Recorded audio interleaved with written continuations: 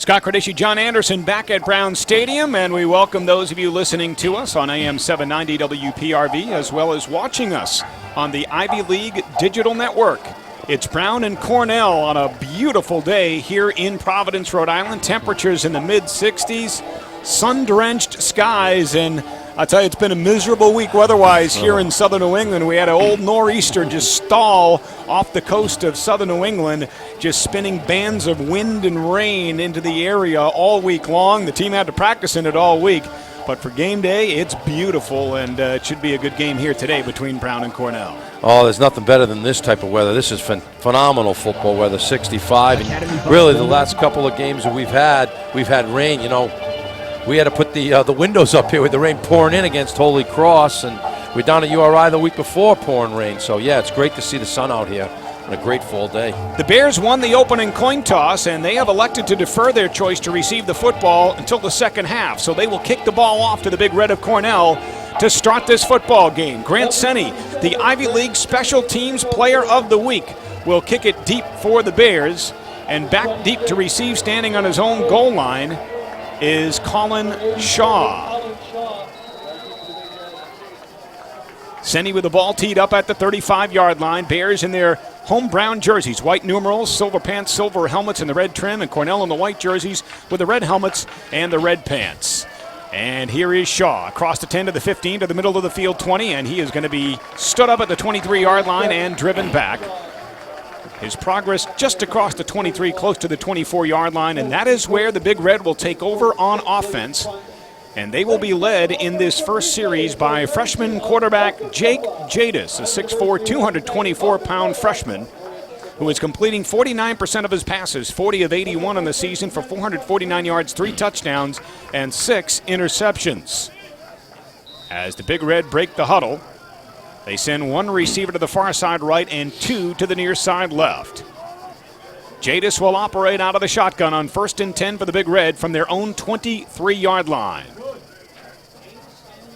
Long cadence for Jadis, the freshman quarterback. Takes the snap, and he fakes the handoff to Hagee. Rolls left, looking to run, and he's going to tuck it in and take it forward out to the 29-yard line, where he is upended by Michael Walsh after a pickup of 6 yards on the carry. Michael Walsh did a great job last week as well. I mean, he led with all tackles. Phenomenal job on the outside linebacker position. He's really come into his own out there. The Cornell starting offensive line, Shane McManam in the center, Dan Morin and Cadell Williams the guards, Andrew Weber and Zach Wilk are the tackles, Matt Sullivan at tight end, Colin Shaw, Lucas Shapiro at wide receiver. Hagee was the starting tailback behind Jadis, the freshman quarterback. Second down for Cornell from their own 29, and they're going to give it to Hagee up the middle, and he's got a first down run across the 35 out to the 36 to the 37-yard line. They caught us with 5 men on the line there. We've had our linebackers split off almost in the slot. The way their formation was, left the middle wide open. They did an audible, found their way right up into the middle to pick up that first down. So a couple of plays and a first down for the Big Red. They moved the sticks. 1st and 10 Cornell at the 37-yard line. The Brown defense up front goes with Jacob Walther and Zach Sparber at the D tackle positions. The ends are Chad Berry and Robbie Hughes to start. Xavier Russo and Dan Giovacchini, the middle linebackers. Ryan McDonald and Michael Walsh on the outside. The corners, Supran and O'Neill, and Gillen is the free safety. Toss left to Hagee. Big run for Hagee. Takes it into Bears territory and down to the 46-yard line of Brown. Yeah, Cornell is showing just basically power football this year. They've shown that I formation without Matthews there, and basically they're able to seal this left side of the end, and Hagee's a good runner. He gets right up the field. They are a different team with Hagee in the backfield. Again, did not have him last week, but he is back today and running the football well on his first 2 carries of the afternoon. And they're going to give it to him again running left, and this time the Bears stand him up and drive him back. Ludovic Richardson and Tommy Kutschke in on the stop. And we have a penalty marker down on the play. Yeah, good play by Richardson there to get off of his block. Looked like the guy had him behind on a hold there, but we'll see what the call is. It is a holding penalty on Cornell, and Phil Estes has elected to back them up 10 yards, back into their own territory, and make it 1st and 20. And you may see some of the Brown players with pink shoelaces, pink tape on their ankles or on their wrists. And that is because October is Breast Cancer Awareness Month. I didn't get the memo, but even the broadcasters have got their pink lasers on. That's right. My sister-in-law is a breast cancer survivor. Oh, yeah. So it's 1st and 20 for Cornell, backed up to their own 44-yard line. Jadis under center, and now a penalty marker down. And what do we have here? Looks like we got a little bit of a jump here into that neutral zone. Jadis has been using a hard count. He's really been trying to watch this first series. He's got the Brown Bear guys kind of jumping back and forth there into that neutral zone. So what's the call here? False start on Cornell. We'll back them up 5 more. It'll be 1st and 25 for the Big Red, back at their own 39. You know, I do want to send a special hello out and well wishes to the sports information director at Cornell, one of my favorites, just a good guy. Jeremy Hardigan did not make the trip to Providence for today's game between Cornell and Brown because I understand he and his wife are expecting any time now. So, Jeremy, I hope you and your wife are doing well, and certainly good luck with the birth of your new child, which I understand will be very, very soon. 1st and 25 for the Big Red from their own 39-yard line. Jadis up under center. He's going to pass on 1st down. Looking right. Now he's going to run the football straight up the middle, and he is hit at the 45-yard line and driven back. Tackled on the play again by Michael Walsh. Nice job by number Walsh there. He comes up, does a nice open field tackle there, breaks down. Good job by the defensive line there as they flushed Jadis right out of the pocket there as he was under some pressure. He picked up about 6 yards on the carry. It'll bring up 2nd down 19 for the Big Red from their own 45-yard line. Opening drive of the game for Cornell. No score here at Brown Stadium. 2 receivers split out to the far side right, 1 to the near side left. Jadis will operate out of the shotgun on 2nd and 19. Here come the Bears. Jadis back to pass. Steps up, fires, intercepted! And Supron could go the distance at the 20, 15, 10, 5, touchdown! Great job by Jacob Supron. Unbelievable. Read that right out of Jadis' hand and closed right down on it. We got a penalty flag down, but what an interception. And it looks like, by the way the Bears are walking back, that the touchdown will not stand. Now the question is, will the interception stand? And roughing the passer will negate the interception. And it's an automatic 1st down. How about that? Talk about adding insult to injury. The Bears with a pick 6. And instead, what was 2nd and 19 will be an automatic 1st down. I mean, really, it was tough to see on the instant replay what happened there. It was kind of a little bit of a push going in, but it wasn't really a hit. It was kind of a, okay, push you off to the side. I guess they got to protect the quarterback. So, if you touch him any time, it's not going to happen. That was really just a basic.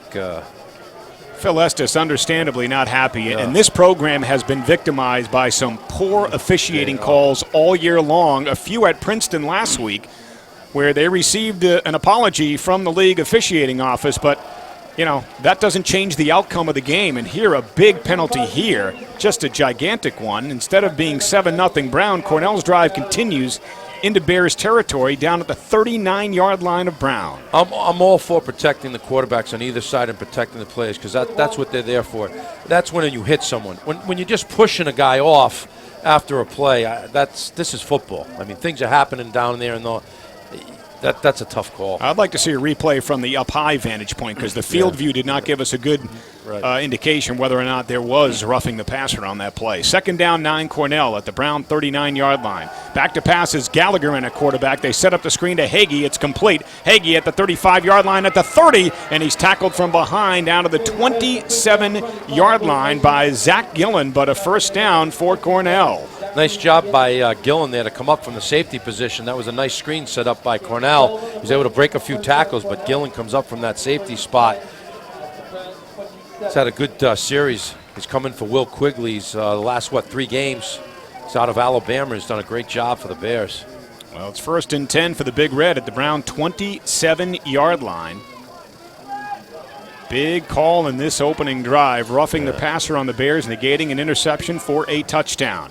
Now Jadis back in, back to pass, fires deep down the left side, and it is caught for a touchdown, but I think we had 2 infractions. Number 1, I believe the receiver Shaw stepped out of bounds, came back in to make the catch. And number 2, he pushed off for offensive pass interference on Jacob Supron. Yeah, exactly. I mean, yeah, it looked like he went out of bounds for sure. He came back in, but we'll wait to see what the call is. I think it's an illegal touch. Let's see.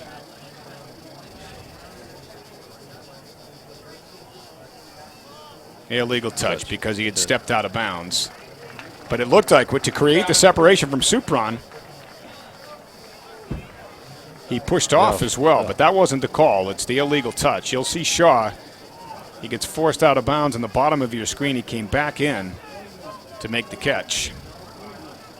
So the touchdown negated on the illegal touch. 2nd down 10 Cornell at the 27-yard line of Brown. 3 receivers right. And now it is Jadis in the shotgun. Jadis with Demetrius Dalteris standing to his right. And they give it to Dalteris, and he is hit hard by Chad Berry and driven back. Nice job by Chad Berry coming off the end spot. He's done a great job transitioning there from linebacker to end and makes a nice tackle there. Dimitri Dalteris, a freshman tailback, loses a couple of yards on the carry, and it's going to make it 3rd down and 12 for the Big Red at the 29-yard line of the Bears. Cornell has had this ball basically almost 5.5 minutes.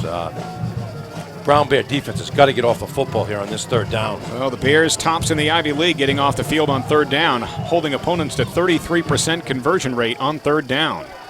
Back to pass, Jadis looks near side, pass is incomplete, and on 4th down, I don't know that they're going to go for a long field goal try. They're in 4th down territory, no question. You haven't won a football game, to me, you got to go for it and be aggressive. It looks like that's what they'll do, because from this spot in the field, it would be a 46-yard field goal attempt. And then to punt it, but they look like they're going to make a move here. There was good coverage there by Joe Vacchini. I mean, he did a nice job. Gio did, coming from the linebackers. They were showing blitz there. He was in tight, had to come back out and pick up the backer coming out. Did a nice job on coverage. I think Cornell's going to have to use a timeout. The play clock's down to 4, and they're just getting into the huddle right now. And now they're going to get a delay of game penalty. And they're going to back them up 5. Maybe they're going to punt the football now. Maybe they did that on purpose. Sure. To get themselves in a better position. They had to have. I mean, they've got no spotters question. knowing about it. No question. They had to have said, hey, we're going to punt this football. Let's get it 5 yards and maybe put ourselves in a better position. Now they're going to try to play the game of field position, pin the Bears deep in their own territory if they can. 9.5 minutes to go here in the opening quarter. No score. Cornell visiting Brown Stadium. Don't rule out a fake here either on a team that's trying to the get Bears their first win. Have declined the penalty. They're going to make Cornell punt from the 34-yard line, I should say, the 29-yard line. They're not going to give them the extra 5 yards. And here is the punt by Wells. He hits it sky high, and Jetty calls for the fair catch and makes it at the 11-yard line. 9:23 to go first quarter. We'll keep it right here. No score, Brown and Cornell. And for the first time today, the Bears will get their hands on the football offensively. So good job by the Brown defense to stiffen up and hold after that tough call, roughing the passer. Again, we can't tell you definitively whether it was or not. From the one replay that we saw at field level, it didn't look like it was the best of calls. But no, he just pushed off of him. You got to say in terms of play, nice play by Jetty there to catch that football at the 11 and not let that bounce inside the 10. So the Bears will have it 1st and 10 at their own 11-yard line. And Marcus Fuller, the quarterback, operates out of the shotgun with 2 receivers left, fakes the handoff, he rolls left, and he looks deep down the middle of the field for Jetty. It's caught out at the 46-yard line. Great job by Alex Jetty. Good concentration as he splits the 2 receivers, goes right up, concentrates on that football and pulls it down. I like the fact that the Brown Bears now are spreading the field and going with that deep pass early. Alex Jetty, the sophomore from North Attleboro, Mass., his 14th reception of the season. And the Bears, with some breathing room, get out of the shadows of their own goalposts. They have it 1st and 10 at their own 46-yard line. 2 receivers left, 1 receiver right. Fuller out of the shotgun on 1st down. Hands it to Koch on the reverse. It's Troy Doles running to the near side. Doles Tries to get up and out of bounds. He does across the 50, and there's a late hit. Dole's tackled on the Browns sideline. Oh, and he's grabbing his leg. Out of bounds. And he's grabbing his left leg over there on the sideline, as we've talked about. He's already been nicked up a little bit, and he's a tough runner. You're not going to take him out, but what a great play. He took nothing and made it into something. He was almost sacked in the backfield and was able to at least pick up a few yards, but that's going to move the chains probably 15. So Dole's picked up about 2.5 yards on the carry, but tack on 15 to the end of the run on the personal foul. As you see on instant replay, he runs to the near side, and after he is well out of bounds, he is tackled on the Browns sideline. 2 penalty markers fly, so the Bears will have the ball in Cornell territory down to the Big Red 37. Bears break the huddle. They send Jetty and Higgins to the far side left. To the near side right, Brian Strahan. Koch is in the backfield. He stands behind Marcus Fuller, the quarterback, on 1st and 10 for Brown at the Cornell 37-yard line. Cornell showing blitz. Here they come. Fuller back to pass. Steps up. Fires middle of the field. It's complete to Strahan at the 15, at the 10. Strahan at the 5, reaching toward the end zone, and he's going to be out of bounds at the 1. What a play. Marcus Fuller to Strahan. Great offensive line blocking as Fuller steps up into the pocket. What a nice pass and a nice post route by Strahan. And Strahan is so strong, he almost is able to reach into the end zone. You got to love his reach after the catch here. He is just a grinder. Lowers his shoulder and goes for it. And his knee was down before that ball broke the plane to the goal line, but it's 1st and goal to go for the Bears from just outside the 1-yard line. Koch is the tailback. Fuller out of the shotgun. Takes the snap, hands it to Andrew Koch. Koch driving forward, and he's going to be stopped short just inside the 1. Oh, they call it a touchdown? Wow, he reached in over. He's able to it's get a touchdown for the Bears. Pardon me. Andrew Koch, he's never down. He's never down. Let's take a look at it on replay. Koch. He's able to reach over to. Does reach into the end zone and scores the touchdown, putting the Bears up 6-0. And now the point after attempt for the Ivy League Special Teams Player of the Week, Grant Sendy. The kick is on the way, and the kick is good. So the Bears put 7 on the board in their opening drive and leave it 7-0 over Cornell with 7:48 to go in the first. From Learfield Sports, this is Brown Bears football. Academy Bus, the Northeast leader in ground transportation services, is proud to sponsor Brown University Athletics. Like the many student athletes at this historic Ivy League institution, they strive for excellence with every move they make. Their charter bus service now stretches from Boston to Washington, D.C. and includes modern Wi-Fi and equipped motor coaches with the most professional drivers in the industry. To learn more about their services, call 401-828-4100. Visit them online at academybus.com or search for them on Facebook. Academy Bus. There you go. In ground transportation services. Andrew Koch's 3rd touchdown run of the season has put Brown on top of Cornell 7-0 with 7:48 to go in the first quarter here at Brown Stadium. And for the second time today, the Bears will kick the ball away to the Big Red. Sendy with the ball teed up at the 35-yard line. Colin Shaw back deep for the Big Red, standing at his own goal line to receive the Sendy kick. Sendy checks both sides of the line. Arm in the air. And now approaches the football.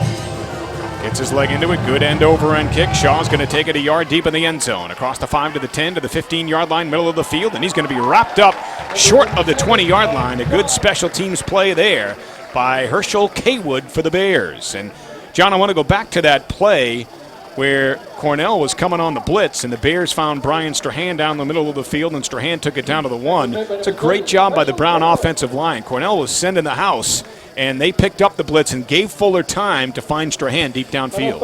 And Fuller didn't get jittery. He stepped up into the pocket. As the pocket collapsed on him because they were coming from the outside, he stepped up and threw the football. Nice job by Marcus. So Cornell will start this drive at its own 17-yard line, where it is 1st and 10 for the Big Red. And now it's Kyle Gallagher who will quarterback the Big Red. And on first down, he's going to hand it to Dalteris, and he has a nice strong run forward out to the 24-yard line. Pickup of 7 yards on the carry for Demetrius Dalteris. Cornell has done pretty well here in first down. You know, they put themselves in some good positions. They've been 2nd and 5, 2nd and 3, 2nd and 4 here early in this first quarter.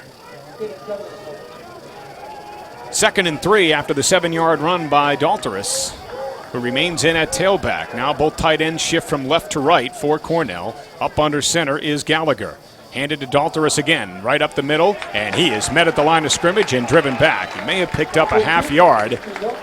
That was textbook by Zach Sparber. Takes his man, gets right up underneath him, straightens him right out, doesn't budge, sheds him, and is able to step in and make the tackle. Does a really good job there reading that. And now a 3rd down play here for the Big Red. 3rd down and about 2.5 yards to go. They're just inside their own 25-yard line. They're 0 for 1 on 3rd down today. As we mentioned, the Bears are the top 3rd down defense in the Ivy League. Cornell sends 2 receivers left, 2 receivers right.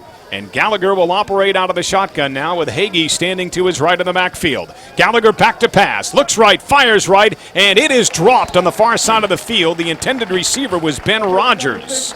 Nice job by the Brown Bears. They showed an all-out blitz by their 2 middle linebackers, so everybody was coming there. They had a little down-out route. It's a little bit open there. Just the pass was a little bit off, but good coverage there by McDonald, number 47. So on 4th down and 2.5, the Big Red will punt the football away. Chris Frazier on to kick it away. Standing at his own 10 to receive the long snap. Alex Jetty back at his own 35 to receive the punt. Good, high, spiraling kick. Jetty backs up and calls for the fair catch and makes it at the 32-yard line. Nice job by Alex Jetty, because you could tell the sun was in his eyes there as he put his hands up. Ball bounces a little bit off the shoulder pad, but he's able to pull it in. The Bears will take over with some good field position here. Bears fans, give your vehicle the defense it deserves and switch to Geico. Brown alumni, you could save on Geico car insurance with a special discount. Visit geico.com today for a free quote. Again, beautiful day here at Brown Stadium. The sun is out. Nary a cloud in the sky. Temperatures in the mid-60s, and the Bears on top of Cornell. 7-0 with 6 minutes, 17 seconds to go in the first. And the Bears offense on the field for the 2nd time today as Marcus Fuller operates out of the shotgun, motioning Jetty into the backfield. Handed to Jetty on the jet sweep, running left. Leaps over a defender, picks up a 1st down, across midfield, into Cornell territory, and Jetty tackled at the 45-yard line of the Big Red. That's the Alex Jetty we've been waiting for, that speed that he has, and so elusive. Great job on the left side of the line there as they seal it off and get Jetty up the field, and he just basically hurdles over the defender, finds a seam. He got a great block there, and I couldn't quite see who it was. It may have been Connor Wyan. Did a great job on the corner, freeing Jetty up for the big run. 1st and 10 for the Bears. They have it in Big Red territory again at the 45-yard line of Cornell. Now they motion Strahan into the backfield. Handed to Strahan, and Strahan running up the middle only picks up a yard. That was a different look. They said 3 receivers here to the far side using Strahan's ability because he played tailback, shifting him from the corner back in, trying to develop something up inside. Picked up a couple of yards. Give him a gain of 1. 2nd down, 9 for the Bears at the 44-yard line of Cornell. Bears huddle up. 5 minutes, 20 seconds to go first quarter. 7-0 Brown leading Cornell. 2nd and 9 for the Bears at the Big Red 44-yard line. Fuller sends 2 receivers right, 1 receiver left as he operates out of the shotgun. Motioning Troy Doles into the backfield. Fake the jet sweep to him. Rolling right is Fuller, passing high and incomplete. He had Andrew Koch open in the flat, but he overthrew him. Nice play there, executed very, very well. Nice fake to Doles. Good rollout, had protection out here, just couldn't get the ball down a little bit, kind of flew off his hand. It's tough to pass when you're on the run. If you don't have that foot set, he's going to naturally fly out when you're running, so he's got to come over the top there, but had Koch open. And now the Bears on 3rd down will try to pick up the first. On the season, Brown converting just 33.8% of their 3rd downs. That's the 7th best in the Ivy League. It'll be 3rd down and 9 at the 44-yard line of Cornell. Shotgun snap to Fuller, back to pass, fires to Higgins, and it is dropped. Wow, I thought Higgins was going to make a great catch as he had 2 Big Red defenders pulling down on him. He had to get up in the air for that, and almost was able to pull off a great, great catch. So the Bears will have to bring their punting unit onto the field for the first time today. Grant Senney, averaging 38.9 yards per boot on the season, will kick the football away. And back deep to receive for the Big Red is Ben Rogers. Rogers standing inside his own 10-yard line. Senney Gets his leg into it. Nice spiraling punt. Rogers calls for the fair catch, and he makes it at the 7-yard line. So good job by the Bears punting unit, as Cornell with some tough field position to start their third drive of the game. They start at their own 7-yard line. Nice job by Grant Senni. You know, people don't realize how hard that is and athletically to get a ball to drop within the 10-yard line from where you are. I mean, it's not something you just go and do. I mean, that was a perfect spiral, right height. And if the guy doesn't catch a fair catch, you know, we're down on that thing inside the 5. And Senni's handling all of the kicking duties for the Bears. He kicks off, he handles PAT and field goal, and he handles the punting duties. And you know, Coach Estes was worried about that, replacing such a great kicker like Alexander Narocha, and Grant has done a terrific job for the Bears this season. 1st and 10, Cornell has it at their own 7-yard line. And they're going to hand it off up the middle. No running room there, though, for Josh Sweet, as Zach Sparber brings him down. And they have a new quarterback in, Robert Somborn, a sophomore. That's got to be a tough thing. You know, you've got offsides here, but you're bringing 3 quarterbacks in, no matter whose football team you're on. You know, the cadence, that leadership, and you're rotating guys through like that. It's got to be tough for your linemen to read that rhythm. So it's an illegal shift. Bears decline it. Why would you take a 3-4 yard penalty when they lost 2 on the play anyway? Take the down. Take the down, and it's 2nd down and 12 for Cornell at their own 5. So Robert Somborn, the 3rd quarterback used by head coach Dave Archer in the Big Red of Cornell today. 2nd down, 12 Cornell. They have it at their own 5. Somborn will operate out of the shotgun now, standing on his own goal line to receive the snap. Now Hagee shifts to his right. Play clock down to 3. Snap to Somborn. Wants to throw, fires, has a man complete. It's Ben Rogers making the catch out to the 9-yard line. That was great coverage there by Chelsea Brooks, number 41, coming into the football game at outside linebacker. He was playing zone there. They flooded his zone with a down and out, and then they took Rogers in under him. He didn't bite. He trusted that Supron was going to come up and make the play for him, which he did, so he was able to stay with his man and make a nice open field tackle. Chesley Brooks, the senior from Pittsboro, North Carolina, and it will be 3rd down and 8 for Cornell from their own 9-yard line. As they break the huddle, the Big Reds send 2 receivers to the far side right, 1 to the near side left. Hagee, the tailback, stands behind Somborn, the quarterback. 3rd and 8 Cornell from their own 9-yard line. Fake the handoff. Somborn running, and he's going to be sacked. He fumbles the football. I think Cornell fell on it back at the 2-yard line. Wow, what a play there. Coming off the left side. Number 31, Supron, coming in hard. Causes the fumble. And I'll tell you, Xavier Russo was falling down. He was just out of his reach to grab that football at the 2. So Cornell will have to punt the football from deep out of their own end zone. The punter literally is less than a yard from the back line of the end zone. On to kick it away is Chris Frazier. Frazier averaging 41.2 per punt on the season. He gets a terrific boot away. Jetty backs all the way up to his own 41-yard line. Across the 45-yard line, midfield, into Cornell territory. Jetty tripped up at the 43-yard line of the Big Red. You know, Alex Jetty, that was a great return right there. He's one step away from breaking one. And I just see him out here today almost like he's playing with a lot more confidence in that return game that I've seen in past weeks. Really showing some speed, making some moves, using his eyes to see the field. I mean, he was really just tripped up there. He was going to be gone. So Jetty gives the Bears very good field position. They'll start this drive at the Big Red 42-yard line, leading 7-0 with 2:49 to go in the first quarter. Now Fuller and the Bears offense back out onto the field. Koch, the tailback, standing behind Fuller, the quarterback, on 1st and 10. Now they hand it to Koch right up the middle. Koch driving forward across the 39-yard line. He picks up just over 3 yards on the carry. I like the action there of moving Doles in motion and try to move that defense around to loosen up that middle, which it did, and let Koch pick up about 3 yards, getting up inside there as the backers had to respect that motion movement. Brian Strahan runs the play into the offensive huddle for the Bears as they break the huddle. Doles splits out to the far side left, Strahan to the near side right. Biestek is the fullback in the broken eye to the right. In front of Andrew Koch, the tailback, motioning Doles into the backfield, handing it to Doles on the jet sweep. Now he cuts it up and in, and Doles cannot even get back to the line of scrimmage. They'll call it back to the 39-yard line for no gain. That was read well by the Cornell defense. You got to give them credit there. They were able to come up. They stuffed that play. Nice job by Doles just to get back to the line of scrimmage by cutting it into the inside.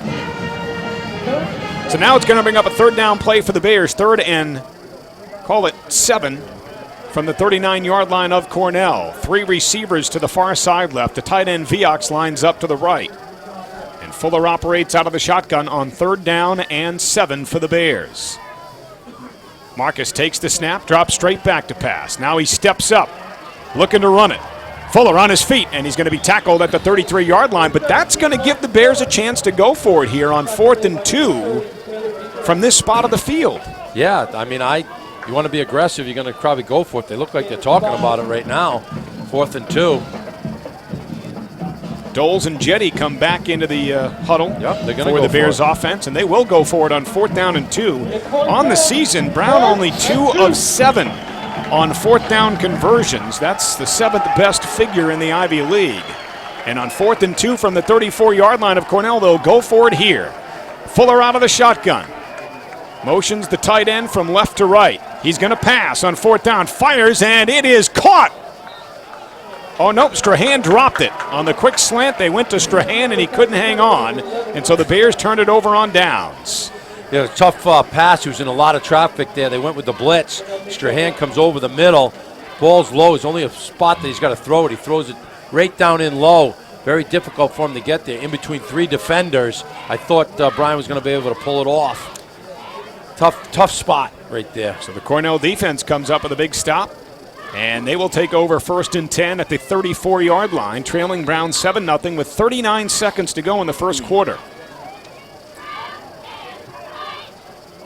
And let's see, it looks like Jake Jadis back in at quarterback. He started the game at quarterback for the Big Red. 2 receivers right, 1 receiver left. Jadis operates out of the shotgun, takes the snap, fakes the handoff, rolling right, looking to pass. Fires, and it is caught right at the first down marker. On the far side of the field, the pickup of 11 yards. Ben Rogers made the first down catch. Jadis does a sprint out to the right side. We're in a zone defense. The receiver's smart enough to come back to the football and finds a seam to catch that football. So the Big Red moved the sticks. 1st and 10 Cornell at their own 45-yard line with 16, 15, 14 seconds remaining in the opening quarter. Both tight ends shift from right to left for the Big Red. Jadis up under center. Takes the snap.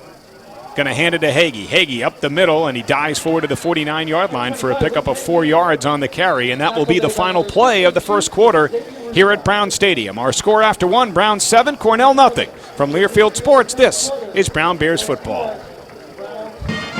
Scott Credisci, John Anderson back at Brown Stadium. Start of the second quarter. Brown hosting Cornell, and the Bears with a 7-0 lead over the Big Red. You're listening to Brown University football on AM 790 WPRV Providence. As play resumes, the Big Red will have it 2nd down and 6 from their own 49-yard line.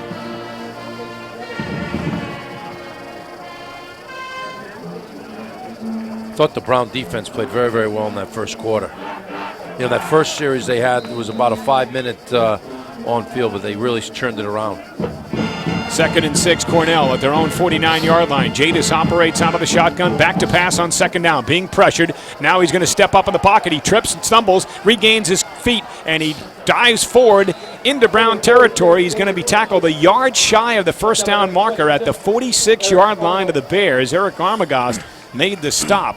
Good to see his name back out there. Eric, a tough, played safety last year, really, really tough. Moved up to that linebacker spot this year and has been plagued with injuries. Tough kid. Bears would love to come up with a 3rd down stop here. Cornell today is 0 for 3 on 3rd down, but this is a very short 3rd down. 3rd down and less than a yard to go at the Brown 46-yard line. Up under center is Jadis. Hagee is the tailback.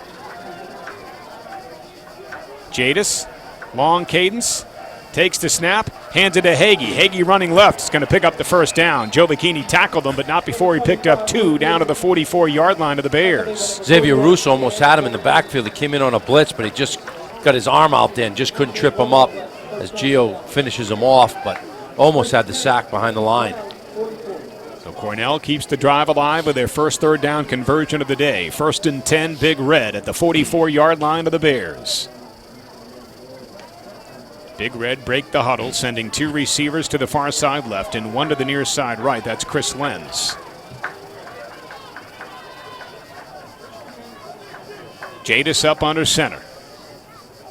Takes the snap, back to pass, has time, looks left, fires left, and it is incomplete. Intended for his tight end, Matt Sullivan, but it went off of his hands and fell to the turf incomplete.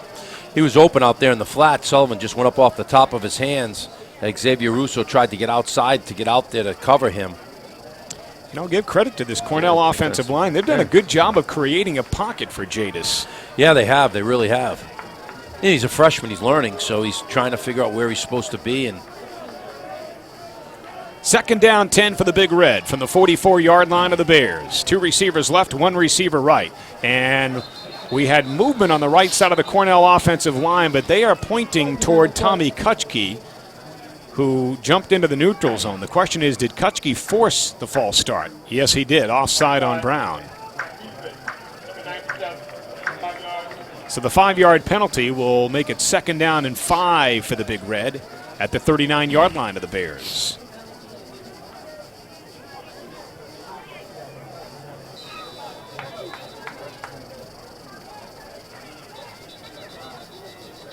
And now the official stops the clock here. Not sure if we have a clock issue. yeah, we do. They're trying to get the right time on the clock. Now they're trying. The official's microphone is not working, so we can't hear what he would like it reset to. 5 seconds. They Resetting the clock to 13:29, adding 5 seconds to the clock. 13:29 to go here in the first half. 7-0 Brown leading Cornell. Big Reds enjoyed a big time of possession advantage in this game, but they trail on the scoreboard 7-0. 2nd down and 5 for Cornell at the Brown 39. Jadis trips 3 receivers to his left. Hagee in the backfield standing behind him. Jadis is going to hand it to Hagee up the middle, and Hagee is going to be stopped after a gain of about 1.5 yards. Nice job in the middle once again by the defensive line as Pumpus is in there making the play. Does a nice job coming down, but you're right, Scott. I mean, they had it for 9:50 there in the first quarter. We had it for 5:10, and most of it was that first drive they had. They took it, what down 15, almost to the 9:58 mark. So it's going to be 3rd down and 3 for the Big Red. They give us progress to the 37-yard line, so that was a pickup of 2 for Hagee. 3rd down, 3 for the Big Red.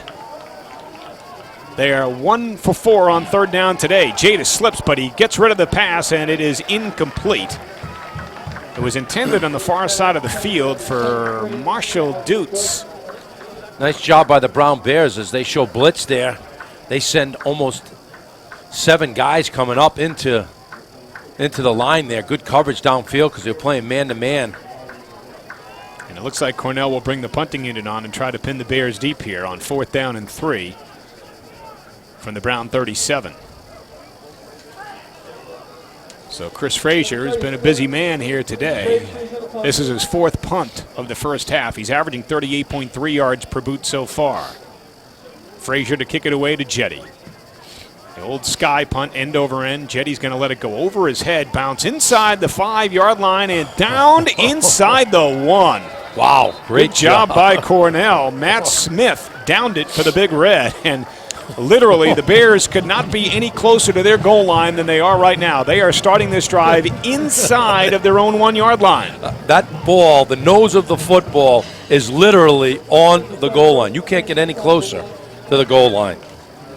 That's a terrific job by Chris Frazier, the sophomore punter for Cornell. And Bears have to be very careful at this point in the field. Marcus Fuller will be taking the snap in his own end zone. Yeah, this is a part of the field where you got to be very, very careful. You don't want to turn the ball over. You don't want a safety. You're probably going to have to throw the football here because you're not going to want to get stuck at the line.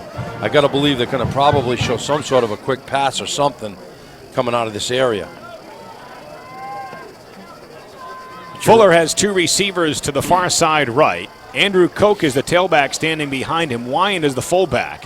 Fuller's going to pass from his own end zone, and he steps out of the back of the end zone as he airs it down deep to Jetty. That's going to be a safety. Marcus Fuller stepped out of the back of the end zone, and that'll be 2 points for Cornell, and the Bears will have to free kick it away to the Big Red. This is a tough part of the football field. We've talked about it. You've got to know that you're not in normal conditions and where you're going to be and where you're going to place yourself and what you're going to do. And you're right, he just kind of pulled out as if he was going to pass the football into normal conditions, not sensing that he can't step off that back line. So just a mistake made. Marcus has to have more awareness than that. His right foot, you could see it clearly from up here, stepped right on the back line of the end zone as he planted. That's a tough break for the Brown Bears here because they really have turned it around, done very, very well to give up 2 points there. But like we said, that's a tough part of the field to play in. And you're right, you got to know where you are, but it's a very tough position to be in. So 7-2 is our score. Browns lead cut to 5, and the Bears and Grant Senni will have to kick the ball away now to Cornell. That's a mistake the Bears didn't want to make, and that's one of those unforced errors. It's not as if he was being pressured. That was on his initial drop back. Well, now Senni will punt the football.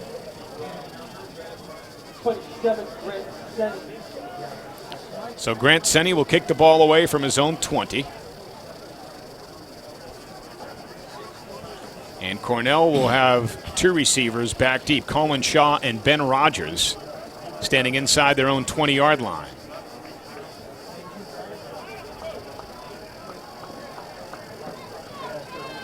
Senni to kick the ball away for the Bears after Cornell comes up with a safety when Marcus Fuller stepped out of the back of the end zone.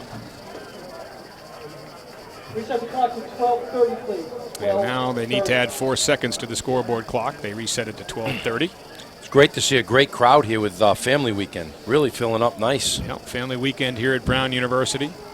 Beautiful weather for today's football game.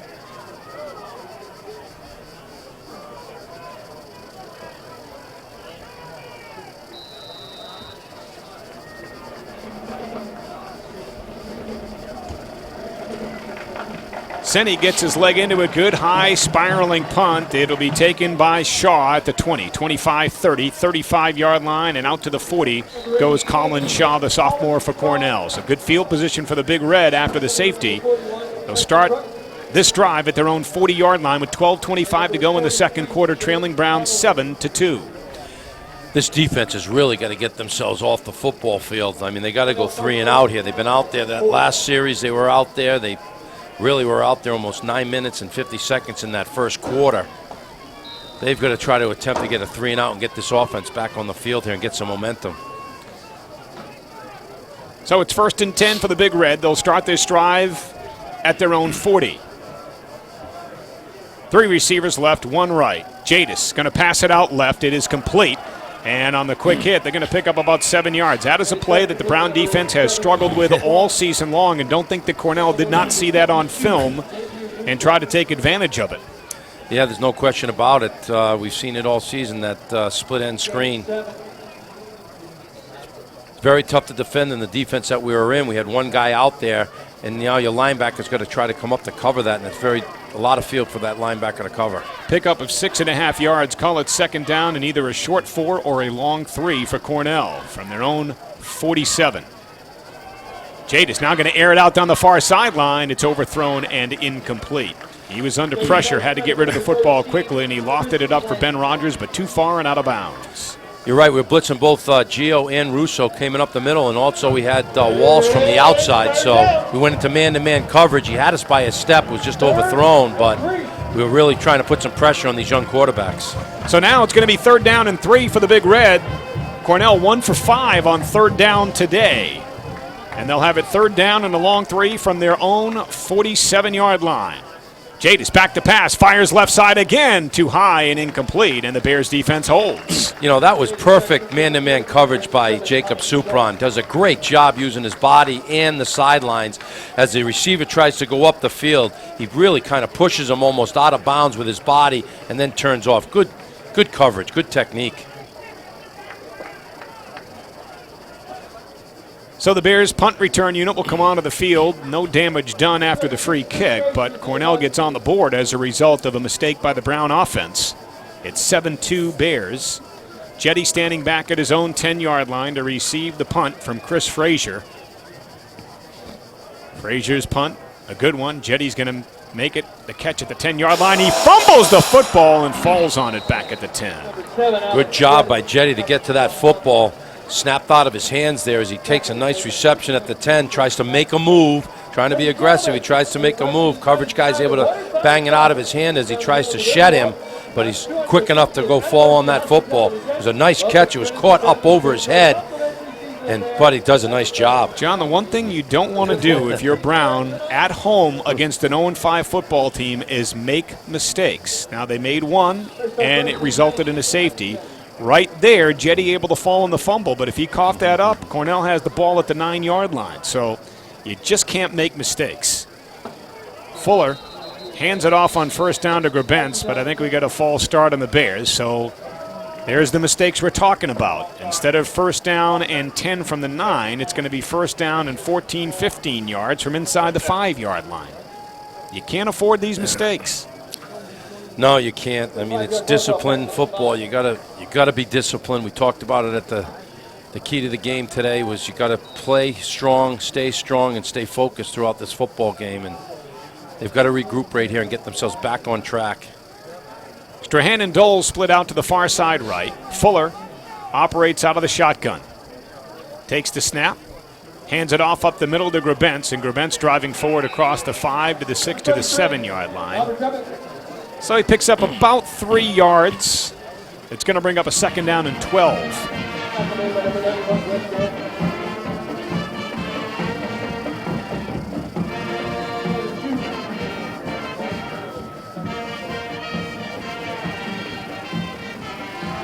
And I'm not sure if he's going into the game or not, but Kyle Moreno is warming up on the sideline for the Bears. Their backup quarterback, the 6'2 sophomore from Pleasanton, California, is warming up for Brown. Second down, 12. Fuller back to pass. Blitzed, and he gets rid of the football as he's being tackled in his own end zone.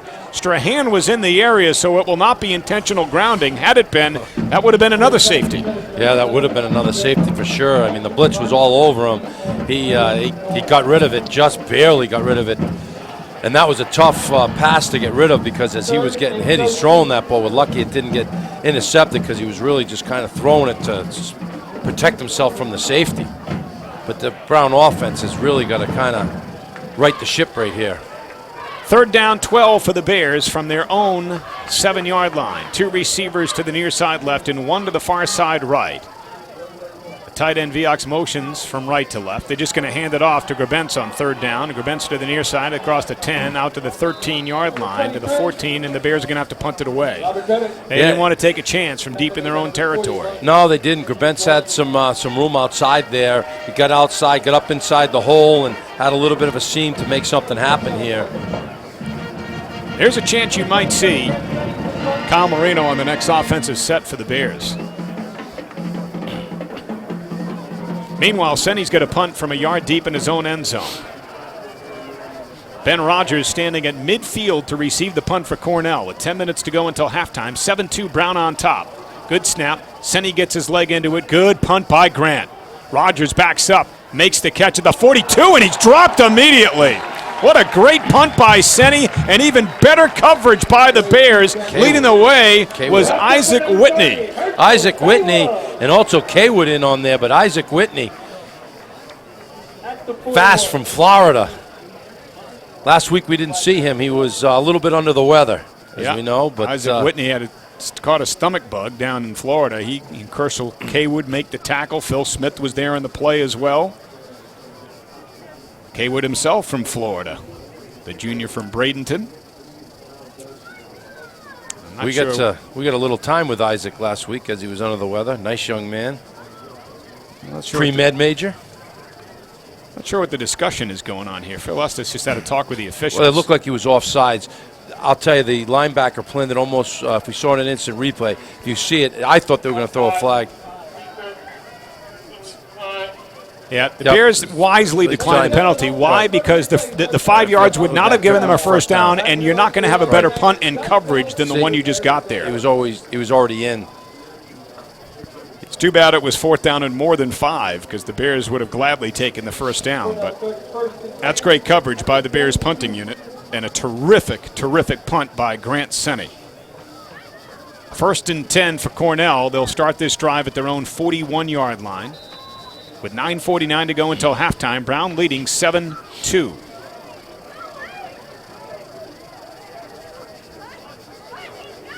Two receivers left, one receiver right. Jadis operates out of the gun. Now they motion a receiver from left to right. Snap. Check it, Gallagher rolling right. Now he steps up in the pocket, wants to run with the football, and he's got some running room across midfield into Brown territory, hit down at the 45-yard line. So nobody accounting for the quarterback, Kyle Gallagher, and the freshman with a nice scramble picks up 14 yards and a first down. You're right, he does do a nice scramble. He avoids 2 tackles, open field tackles. It's tough, you got to break down 2 or 3 yards before. A couple guys diving at him, he makes a couple of nice head fakes and moves. Gets himself up into the middle, crosses midfield. Zach Gillen ended up making the tackle, but not before. Gallagher takes it down to the Brown 45 and now trips 3 receivers right for the freshman Kyle Gallagher. Standing to his right is Josh Sweet, who shifts now to the left. Gallagher tosses it out to the right. Great play by Michael Walsh as he comes up on Colin Shaw and buries him 2 yards deep in the backfield. Nice job by Michael Walsh. You're right, he's done a great job, the junior out of Swampscott, Mass. I'll tell you, he is tough out there at that linebacker position. Plays tough football, nice open field tackle. Loss of 2 on the play. Great job by Walsh, one of the more physical defensive players for this Brown football team, the junior. 2nd and 12, Cornell. They have it at the Brown 47-yard line. 2 receivers left, 1 receiver right. Gallagher looks to the near far sideline for the play call. And now he takes the snap. He's going to hand it off. Up the middle is Dalteris, and Dalteris spins out of 1 tackle, but he can't spin out of the next. His progress stopped at the 46-yard line of Brown. That was a great job by the defensive line there. They really stuffed that up. They didn't go for the fake. You know, Henry Bumpus, Ludicate Richardson. I mean, you look at the guys down low there. They did a great job. Number 97, Krutsky, Tom Krutsky. Good job. So now it's going to be 3rd down, 11 for Cornell. The Big Red 1 for 6 on 3rd down today. Neither team producing on 3rd down. Brown is 0 for 3 on 3rd down, so the 2 teams combined 1 for 9. 3rd down, 11. Cornell with the football at the 46-yard line of the Bears. Gallagher, time to pass, flares it out. It is complete, and Rogers makes the catch, but he's tackled in the open field by Patrick O'Neill. Patrick O'Neill, open field tackle. Nice job, Scott. He comes up. I'll tell you, if he doesn't do that, that's a first down because it was wide open to the corner. So now the Cornell punting unit will come onto the football field with 7:16 to go until halftime. And again, they will try to pin the Bears deep in their own territory. Jetty with his heels on the 10-yard line. Frazier's punt. Nice high spiraling punt. Jetty's going to call for the fair catch this time, and he's going to make it just outside the 7-yard line, close to the 8. Tell you, it seems like Jetty's been catching that football at the 10, the 5, the 9. I mean, the Bears' field position in this second quarter has been absolute. I don't think we've been over midfield, have we once? Well, I mean, the Bears started the game with good field position. They marched down the field on their opening drive, and then I think their second possession may have been good field position. But after that, you're right. Cornell's done a great job of tilting the field in their favor. Bears need to get some first downs here to change that, at least flip the field the other way. Fuller is back in at quarterback for the Bears. 2 receivers left, 1 receiver right. Fuller operates out of the shotgun. They're showing a corner blitz. Going to hand it off to Koch. Koch up the middle is tripped up after a gain of only a yard. Yeah, really nowhere to go there. They were showing blitz from the outside here, so they had basically two blitzing guys coming in on the linebacker side coming in, able to scoop behind and grab Coke right at the feet. But you're right, Scott, here. This is where they got to be careful with the football because you don't want to turn it over, but they got to move the chains. 2nd down 9, Brown with the football at its own 9-yard line. 6.5 minutes to go in the opening half, and the Bears with just a 7-2 lead on winless Cornell. Fuller operates out of the gun. Doles motions right to left. Fuller back to pass, fires to Doles high. He makes the catch at the 15 across the 20-yard line. First down, Troy Doles, and he's run out of bounds on the near sideline. I love that pass route right there by Doles. Nice little cross route with Jetty. They do like a little X box right there, and he comes across, and Doles does a nice job. Even though those hamstrings are tight, gets up, makes a nice catch. The old scissors route. Yep. And Doles makes the catch for the first down. 1st and 10, Brown. They have it at the 25-yard line. Now there's trips, 3 receivers to the far side right. Fuller with Coke standing behind him in the backfield on 1st and 10 for the Bears from their own 25. Marcus takes the snap, fakes the handoff, looks right, now pumps deep downfield, has Strahan wide open for a first down catch, and Strahan tackled across the 45-yard line.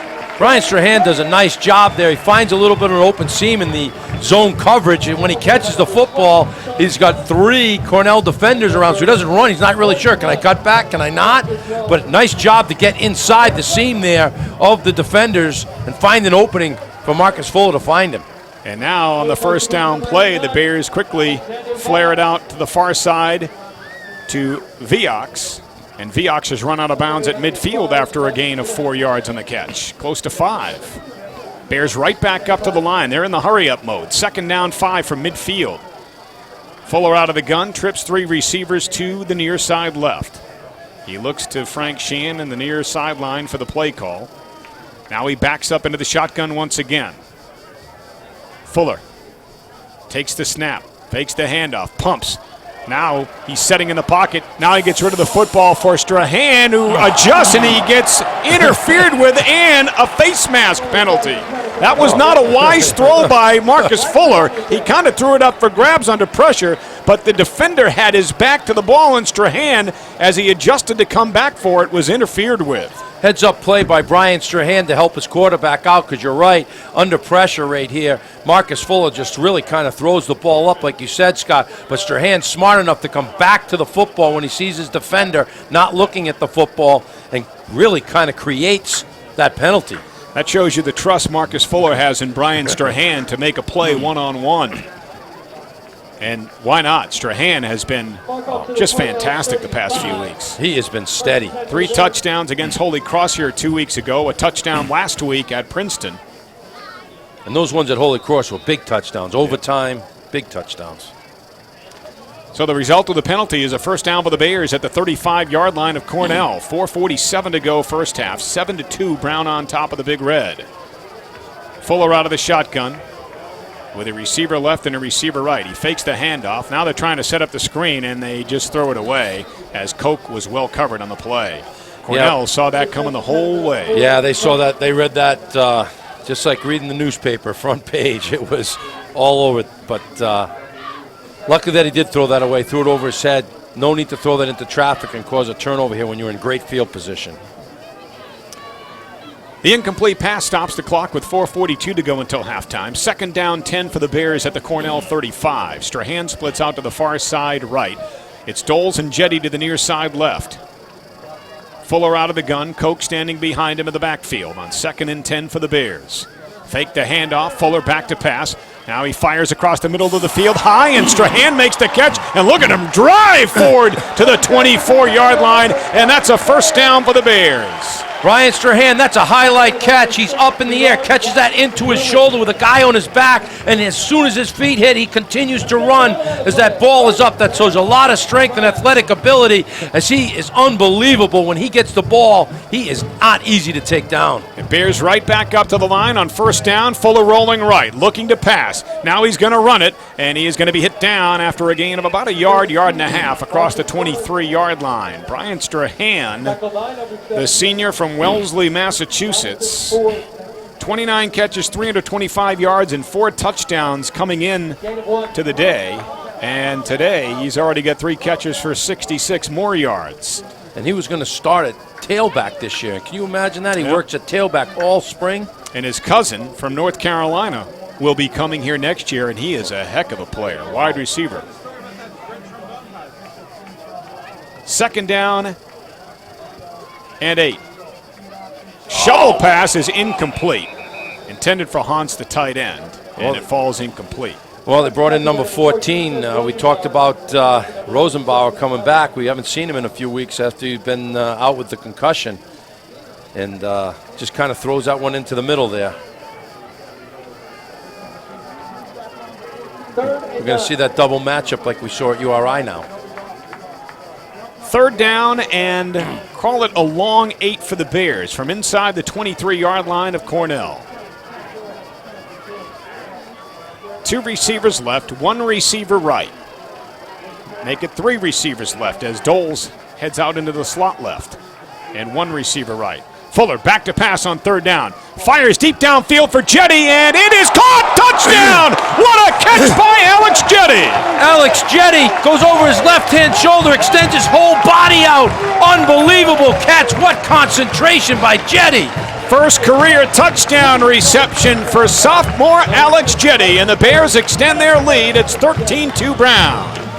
As you watch Marcus Fuller throw that football, but Alex Jetty, what concentration with a Cornell player wrapped all over him to extend his body. What a confidence builder for the sophomore. And Grant Senni on to attempt the point after to make it a 14-2 lead. Senni's kick on the way, and it is good. 3:38 to go until halftime. Brown 14, Cornell 2. From Learfield Sports, this is Brown Bears football.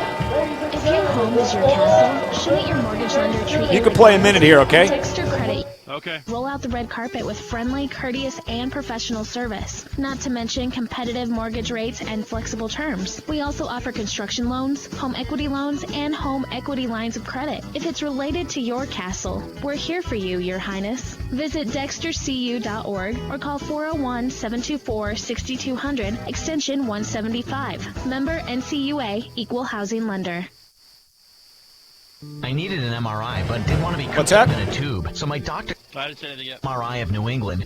Get 20 seconds. There's one right by my office. Open MRI of New England system is connected to Fusion Cap, so my doc could view the scan securely on the internet just moments after being taken. Open MRI of New England, the strongest open-sided scanners. At 1.2 Tesla, the new generation Oasis system combines comfortable scanning with remarkable image quality. Together with advanced radiology, they provide CT, X-ray, ultrasound, and bone density testing. Visit openmriofne.com. Grant Senni with the ball teed up at the 35-yard line, set to kick it deep for the Bears. Back deep to receive Colin Shaw, standing at his own goal line for Cornell. End-over-end kick. Shaw's going to come up and take it on the 7. At the 10 to the 15-yard line, middle of the field, 20. And he spins forward to the 24-yard line. His progress stopped just shy of the 25-yard line with 3:31 to go until halftime, and Brown on top 14-2. You know, when you look back at, this first half, that was really a big play for the Brown Bears because they were letting a team that's 0-5 hang around here 7-2. Yep. And to make a play like that and put some points on the board was huge.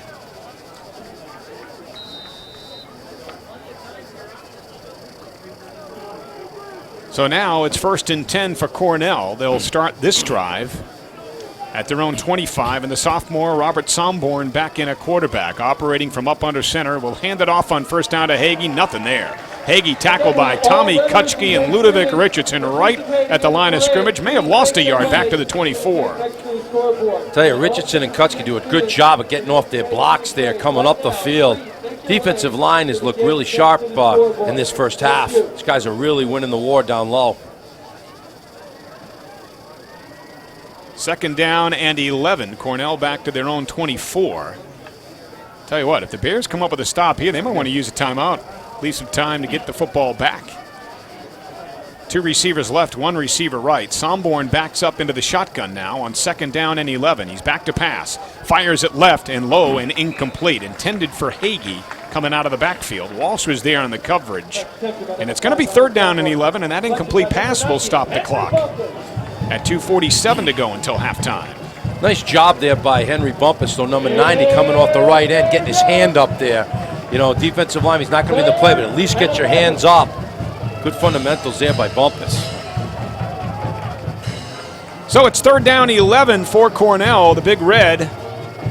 On 3rd down today, 1 for 7. 2 receivers left, 1 receiver right. Somborn operates out of the gun. Back to pass. He's blitzed. He's going to be wrapped up. No, he sneaks out of it, and he gets rid of the football. It's incomplete. Great pressure by the Bears, and Cornell is going to have to kick the football away. I don't know how he got out from underneath that. Gio was all over him at the middle. Linebacker showed great speed up the middle, along with 97. Krutsky as well. I don't know how he ever got out of there and got that pass off. Tommy Krutsky's had a pretty good day here today, hasn't he? He has. A sophomore from Lake Forest, Illinois. It's nice to see Jetty up here around the 30 now to receive a punt. Yeah, the Bears have flipped that field a little bit, haven't they? Here is the punt from Frazier. Oh, what a booming punt.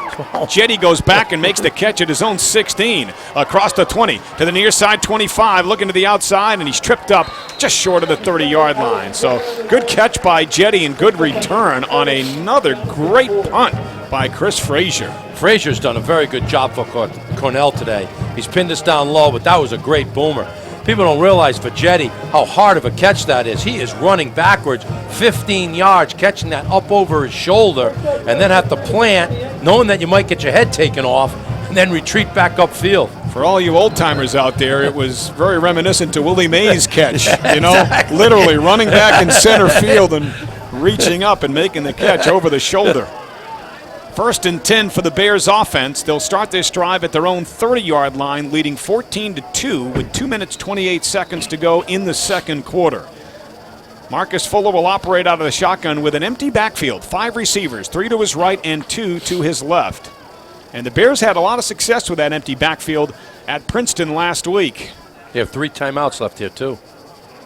Fuller out of the gun on 1st and 10 from the 30. Back to pass. Now he steps up, fires, and it's low and incomplete, but the Cornell defender was on the back of Troy Doles a little bit too early. Jared Watson-Lewis is going to get called for pass interference. Now the officials are talking here. I got to say, that's going to be, if that's pass interference, that's going to be a nice call going our way on this one. I mean, it looked like he was slipping, but you can't touch him. Defensive holding. Okay. You know, there's 2:24 left here. I mean, this is plenty of time here for the Bears with 3 timeouts to at least get themselves in field goal range. No question. A holding penalty will move the football up to the 40-yard line where it's 1st and 10 for the Bears. 2:24 to go until halftime. Again, empty backfield. 5 receivers, 3 to the right, 2 to the left as Fuller operates out of the shotgun. Fuller takes the snap. Looks left, fires left to Doles, completed the 45-yard line, makes one man miss, and he takes it out to the 50-yard line.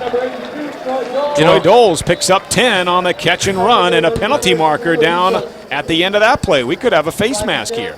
Yeah, another penalty. You know, that was a great play by Doles. You know, people don't realize how quick he is. To him to be able to do that stutter step, catch the football, stand on his feet, one quick to the thing, and then move and make a guy miss. That's some nice movement. No, you're right. Face mask. There were 3 defenders and Doles there. That could have been. That was really the only possibility of a call, and I think it was an inadvertent one. Well, a personal foul, 15 yards. They step it off down to the 35-yard line. That's a big break for the Brown Bears here at this time. 1st and 10 Bears at the Cornell 35. They got plenty of time. 2:17 to go until halftime and all 3 timeouts. 3 receivers right, 2 receivers left. Fuller out of the gun. Takes the snap, looks right, fires it high and incomplete. Ooh, that one was a dangerous pass by Marcus Fuller. Not sure if that was intended for the outside receiver, Riley Higgins, or for the slot receiver, Alex Jetty, but it fell in between the 2 of them. Yeah, it did, and really fell at the feet of the Cornell defender. If that was up a little bit more, he might have picked that off. It would have hit him right in the knees.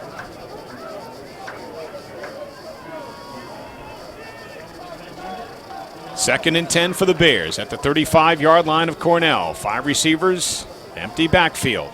Fuller out of the gun. Back to pass. Steps up. He's got some running room to the right, but he's looking deep downfield. for Swanky, and it is incomplete. Swanky was open, but Fuller put a little bit too much air under it and gave the defender, Jared Watson-Lewis, time to catch up to Garrett Swanky. Nice job by Marcus Fuller under pressure, finds it opening, looks downfield. He's going to run the football and gets out of the corner of his eye. He sees Swanky, has his man beat. But like you said, just got a little bit too much air underneath it. Did a little bit more of a drill set. Probably would have had Swanky for 6. So now a big third down play for the Bears here. And the Bears just 1 for 4 on third down here in the first half of this game. 3rd and 10. And now they're going to use one of their timeouts as the play clock down to 5 seconds. We'll take one, too, with 2:05 to go until halftime. And the Bears up 14-2 on Cornell. From Learfield Sports, this is Brown Bears football. Hey, man, here, have a Coke Zero. I don't watch the game without it. Okay. With Coke Zero, I can have real Coke taste and 0 calories. If they can do that, then what else is possible? How about a quarterback who throws touchdown passes and then catches them himself in the end zone? He throws it deep. Wait, he catches his own pass. Touchdown! Weird! Like cheerleaders who cheer and deliver sandwiches. Someone wanted sandwiches! I love your sandwiches. Coke Zero. Real Coke taste and 0 calories. Enjoy everything. There you go. The Hotel Providence is the only AAA 4-diamond luxury boutique hotel in Providence, offering unparalleled style and service. Hotel Providence, preferred hotel of Brown University Athletics. Scott Credisci, John Anderson back at Brown Stadium. 2 minutes, 5 seconds to go until halftime. Brown on top of Cornell 14-2. And as play resumes, the Bears will have it 3rd and 10 at the Big Red 35-yard line. Type of range do you think here for Senny? What do you think we're going to get ourselves inside the 25? You know, what little breeze there is blowing against him heading in this direction. So I'm not sure what his range would be. I would say 40 to 45. And now the Bears have to call another timeout coming out of a timeout. They didn't like what the personnel was on the field. You can see Strahan's not too happy. He's shaking his hands here. That's tough.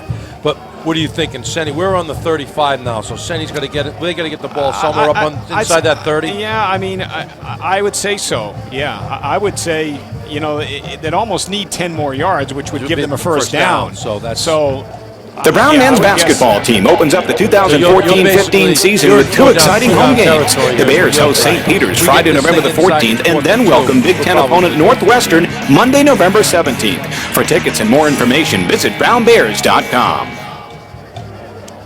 So it's 3rd down and 10 for the Bears. They have it at the 35-yard line of Cornell. 2 receivers right. Strahan splits out to the near side left. Koch is in the backfield to the left of Marcus Fuller, who will operate out of the shotgun. Fuller sends Strahan in motion from left to right. Marcus takes the snap, back to pass, looks, and he makes a throw to Doles, who makes an unbelievable catch. Threw it behind Troy Doles, and Doles somehow stopped and leaped backward to make that grab. What a catch by Troy Doles. That is probably one of the greatest catches I have seen in years by a wide receiver. Unbelievable. Running a cross route across at full speed, having to stop and extend his body the opposite direction and make the catch. Doles was wide open, and Fuller just threw a bullet, but he threw it in the wrong spot behind him. But Doles somehow able to control his body, stop, and dive backward to make the catch. 1st and 10, Brown at the 24 of Cornell. Fuller dumps it off underneath, and it is dropped by Strahan. Fuller takes a hit there. In on for the Cornell was number 30. Came in hard from that outside position. Tyler Bestros comes in hard. Fuller felt that one. That's why he was short there. Seth Rosenbauer lined up in the left slot for the Bears. Trips 3 receivers left. Again, to the near side left. In the left slot is Rosenbauer, number 14. 2nd and 10, Brown at the 24-yard line of Cornell. Fuller back to pass, fires middle of the field, and it's dropped by Doles. That would have been a tough catch. He had 2 Cornell defenders on him. Yeah, he was under a blitz right there, so he was looking and geared in over the middle. He had on the outside here, his flanker back was open. Higgins coming down the left-hand side in that zone. He just couldn't see him because he was under pressure. So now it's going to bring up another 3rd down for the Bears. 3rd down, 10 from the Cornell 24. Bears 2 for 5 on 3rd down. They just converted their last one. on that pass to Doles. 2 receivers left. 1 receiver right. Fuller out of the gun, takes the snap. Cornell coming on the blitz. Bears pick it up, fires it across the middle, complete to Doles, and it's another first down catch for Troy Doles. He is automatic. Yeah, Troy Doles is doing an unbelievable job. He's in that area where you know you're going to get your head taken off, coming right over the top of the middle, and makes a great catch with great concentration and takes the hit. 4th catch for 48 yards today for Troy Doles, coming off a 200-yard receiving performance at Princeton a week ago. And with 1:03 to go until halftime, the Bears have it 1st and 10 at the Cornell 13-yard line. They got to show some hurry up here. The clock is ticking. 2 receivers left, 1 receiver right. It's Strahan. Fuller out of the gun, motions the tight end right to left. Marcus back to pass. Steps up. Now he's flushed out right, dumps it off to Koch, and he is hit hard. Fuller's pass complete to number That one you almost wish was incomplete because it would have stopped the clock. Now the clock continues to run on the incomplete pass, and I think Brown's going to use its final timeout here with 38 seconds to go until halftime. Now this puts you in a tough position because you had to burn that timeout coming out of a timeout. You're at 2nd down. You know you can get your field goal group on. You got 38 seconds. So now you got to be very careful where you throw the football, and if you do, you got to run up and maybe down the football to get your field goal team on. So you're in a tough situation, and I'm sure the coaches are all telling them that down here of what they need to call here. Brown football brought to you by University Orthopedics with 9 specialties, including elbow and shoulder surgery, sports medicine, and pediatrics. No one else is you. No one else is University Orthopedics. Well, what the Bears do not want down here is a turnover. They want to put points on the board before they go into that locker room, be it 3 or 7. They lead at 14-2 with 38 seconds to go until halftime, and it'll be 2nd down and 10 from the Cornell 13, but Brown now is out of timeouts. Obviously a touchdown here would be a big dagger into a young Cornell team going in up, 21-2 opposed to 14-2. I mean, they really have to start to climb themselves out of that, being a young team. But right now, it's going to be clock management. You have no more timeouts left. Right. You got to put yourself in a position to manage this clock. Strahan and Doles will split out to the far side right. Alex Jetty to the near side left. The tight end Hans lines up right as well. Koch is in the backfield with Marcus Fuller, who will operate out of the shotgun. 2nd and 10 Brown from the Cornell 13-yard line. Now they motion Doles from right to left. Fuller back to pass. Now he rolls right, and he's just going to throw the football away out of bounds. Now that's a smart football play. He's under a lot of pressure, a lot of coverage to that side. If he tries to force it in there, could be an interception. Just throw it out of bounds and stop the clock. Now it's going to bring up another 3rd down play. The Bears 3 for 6 on 3rd down, but they've converted their last 2, both on this drive in Cornell territory, both to Troy Doles. Strahan splits out to the far side right. To the near side left, it is Jetty and Higgins. Fuller out of the gun on 3rd and 10 for the Bears from the Cornell 13-yard line. Cornell looking to blitz off the corner. Fuller back to pass, looks right, pumps, corner of the end zone for Strahan. It is caught! Touchdown Bears! Brian Strahan! What concentration by Strahan as the defender for Cornell goes up, and Strahan goes up and pulls that football down. Great pass by Marcus Fuller into the corner of the end zone. Wow. Fuller threaded the needle on that one, only where Strahan could make the grab. And Strahan with his 5th touchdown catch in the last 3 games. 20-2 Brown as Senni on to attempt the point after. His kick is up, and it is good.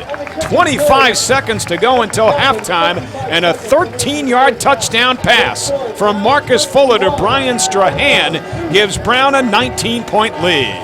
Strahan has been lights out. I mean, he is really coming into his own. He is getting better every week. His focus and his ability to bring a football down anywhere is unbelievable. Brian Strahan is in a zone. Again, 5 touchdown catches in the last 3 games for Strahan.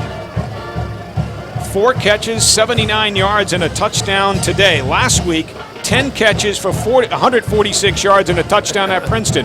The week before, 98 yards receiving and 3 touchdowns against Holy Cross. And somehow, someway, he's been neglected for Ivy League Offensive Player of the Week honors. Yeah, I was shocked that he didn't get it 2 weeks ago at the Holy Cross. Me too. At least co-player, Offensive Player of the Week. I mean, very rarely will you see a receiver with 3 touchdowns in a single game. It just doesn't happen. Senny's kick, high, end over end. This one's a shorter kick, and it's going to be fielded at the 10-yard line by Shaw. 15-yard line out to the 20, and out to the 24 to the 25-yard line, Colin Shaw, with 19 seconds to go until halftime, and the Bears have opened up a 21-2 lead. Yeah, they really have. That is a big, big touchdown. When you look at football games and momentum going into the halftime, that's a huge, huge touchdown right there for the Brown Bears. Especially when you're playing a young football team that hasn't won a game. That's a big dagger you can put in them. And Cornell is just going to take a knee and go into the locker room. They're not even going to try anything from their own 25-yard line. They'll try to regroup at halftime as Jadis takes the knee. And the Bears will go to the locker room with a 19-point lead in this one. As the crowd comes to its feet here at Brown Stadium, our score after 2 quarters of football, the Bears 21 and the Big Red 2. We'll take a break, and we'll be back with our Dexter Credit Union halftime report from Brown after this. From Learfield Sports, this is Brown Bears football. Scott Credisci, John Anderson back at Brown Stadium, 21-2. The Bears with a 19-point lead as we get set to start the third quarter. Brown will receive the football to start quarter number 3. And back deep to receive, Brian Strahan and Alex Jetty standing inside their own 5-yard line to receive the kick from John Wells. This will be Wells' first kickoff of the day. Cornell's only points coming on a safety when Bears quarterback Marcus Fuller dropped back to pass and his right foot stepped on the back line of the end zone.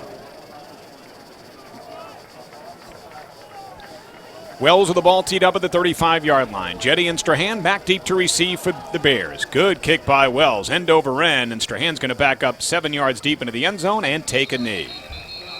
Number 11, Brian Strahan.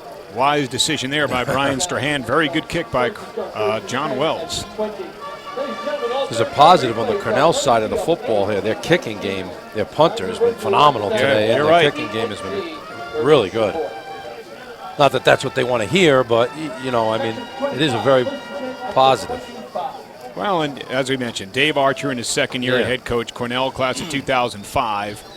I think he said he knew this was going to be a rough year, so he's decided to go with the youth movement. They're playing a lot of young guys, particularly on the offensive side of the football. We've seen the 2 freshman quarterbacks and a sophomore quarterback, so you know, they're going to have to go through some growing pains before they can kind of get that thing turned around in the direction that they want it to head in. Brown with the football, 1st and 10. They'll start this drive at their own 25-yard line. A motion Jetty into the backfield and instead hand it off to Koch, and Koch takes it forward out to the 28-yard line. A pickup of about 3 yards for Andrew Koch.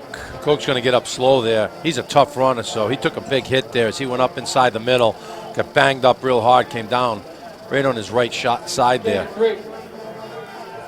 In's going to come number 34 for the Bears. And that is the freshman tailback, Jacob Hall. He's out of Ohio. And he is a talented runner. Now, he was going to get some varsity reps early in the season, but then he suffered a high ankle sprain in the JV game at Harvard.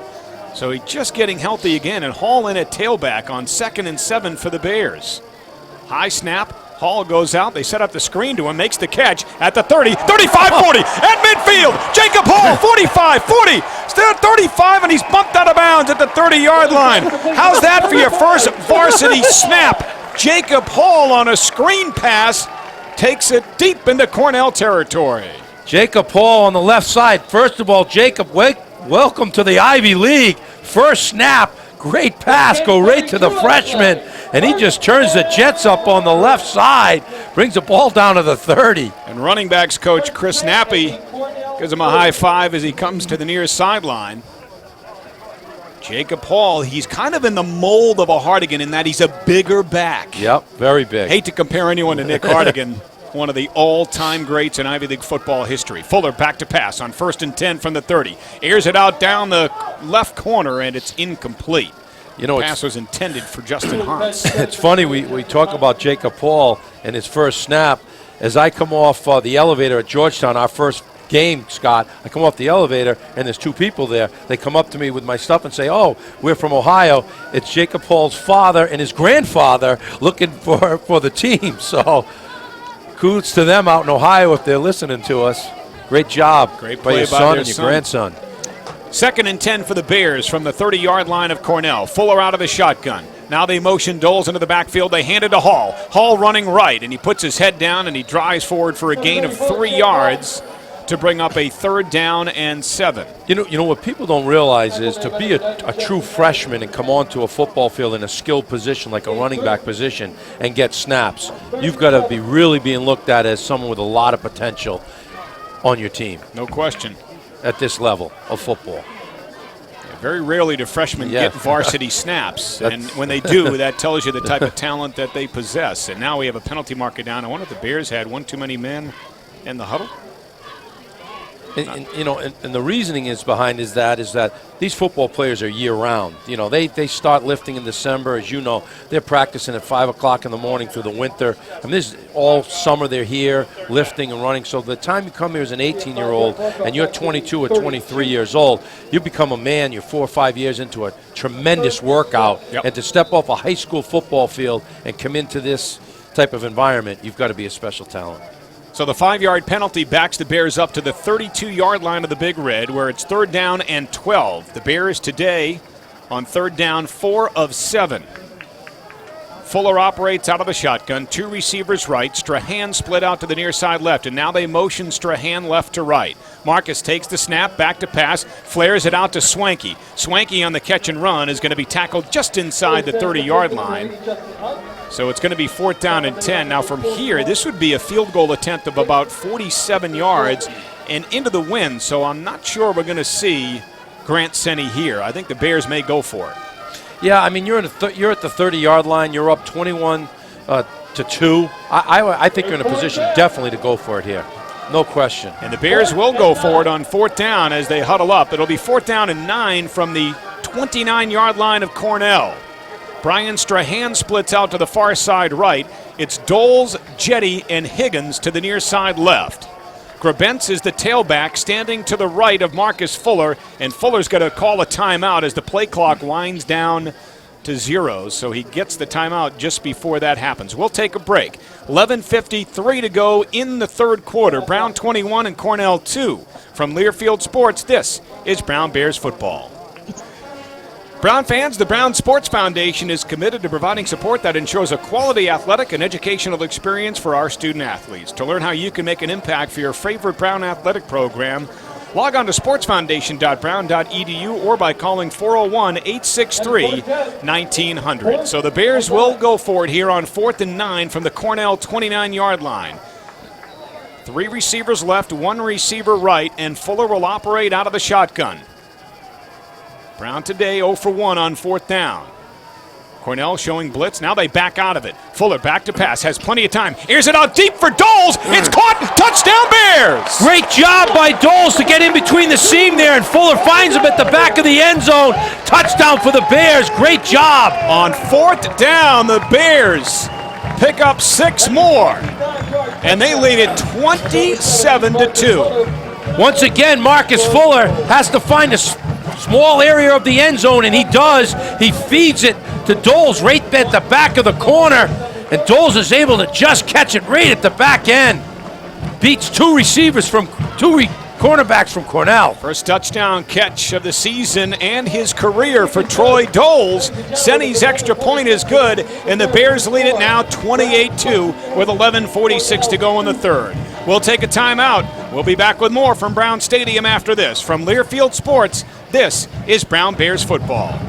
Academy Bus, the Northeast leader in ground transportation services, is proud to sponsor Brown University athletics. Like the many student athletes at this historic Ivy League institution, they strive for excellence with every move they make. Their charter bus service now stretches from Boston to Washington, D.C. and includes modern Wi-Fi internet-equipped motor coaches with the most professional drivers in the industry. To learn more about their services, call 401-328-4100. Visit them online at academybus.com or search for them on Facebook. Academy Bus, the Northeast leader in ground transportation services.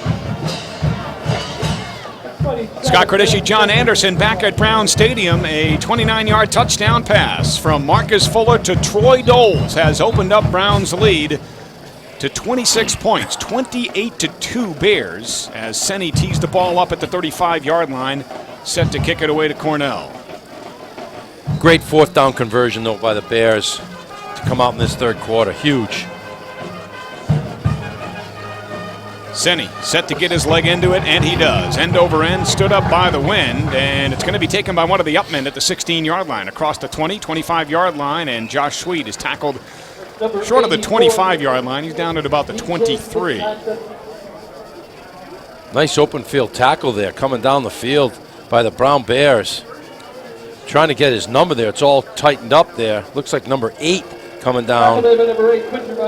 And John Phil Estes and his staff have to be happy about what they're seeing from their football team. They wanted a complete game. And yeah, there have been some bumps along the way here, but all in all, the Bears are doing what they should do at home against an 0-5 football team.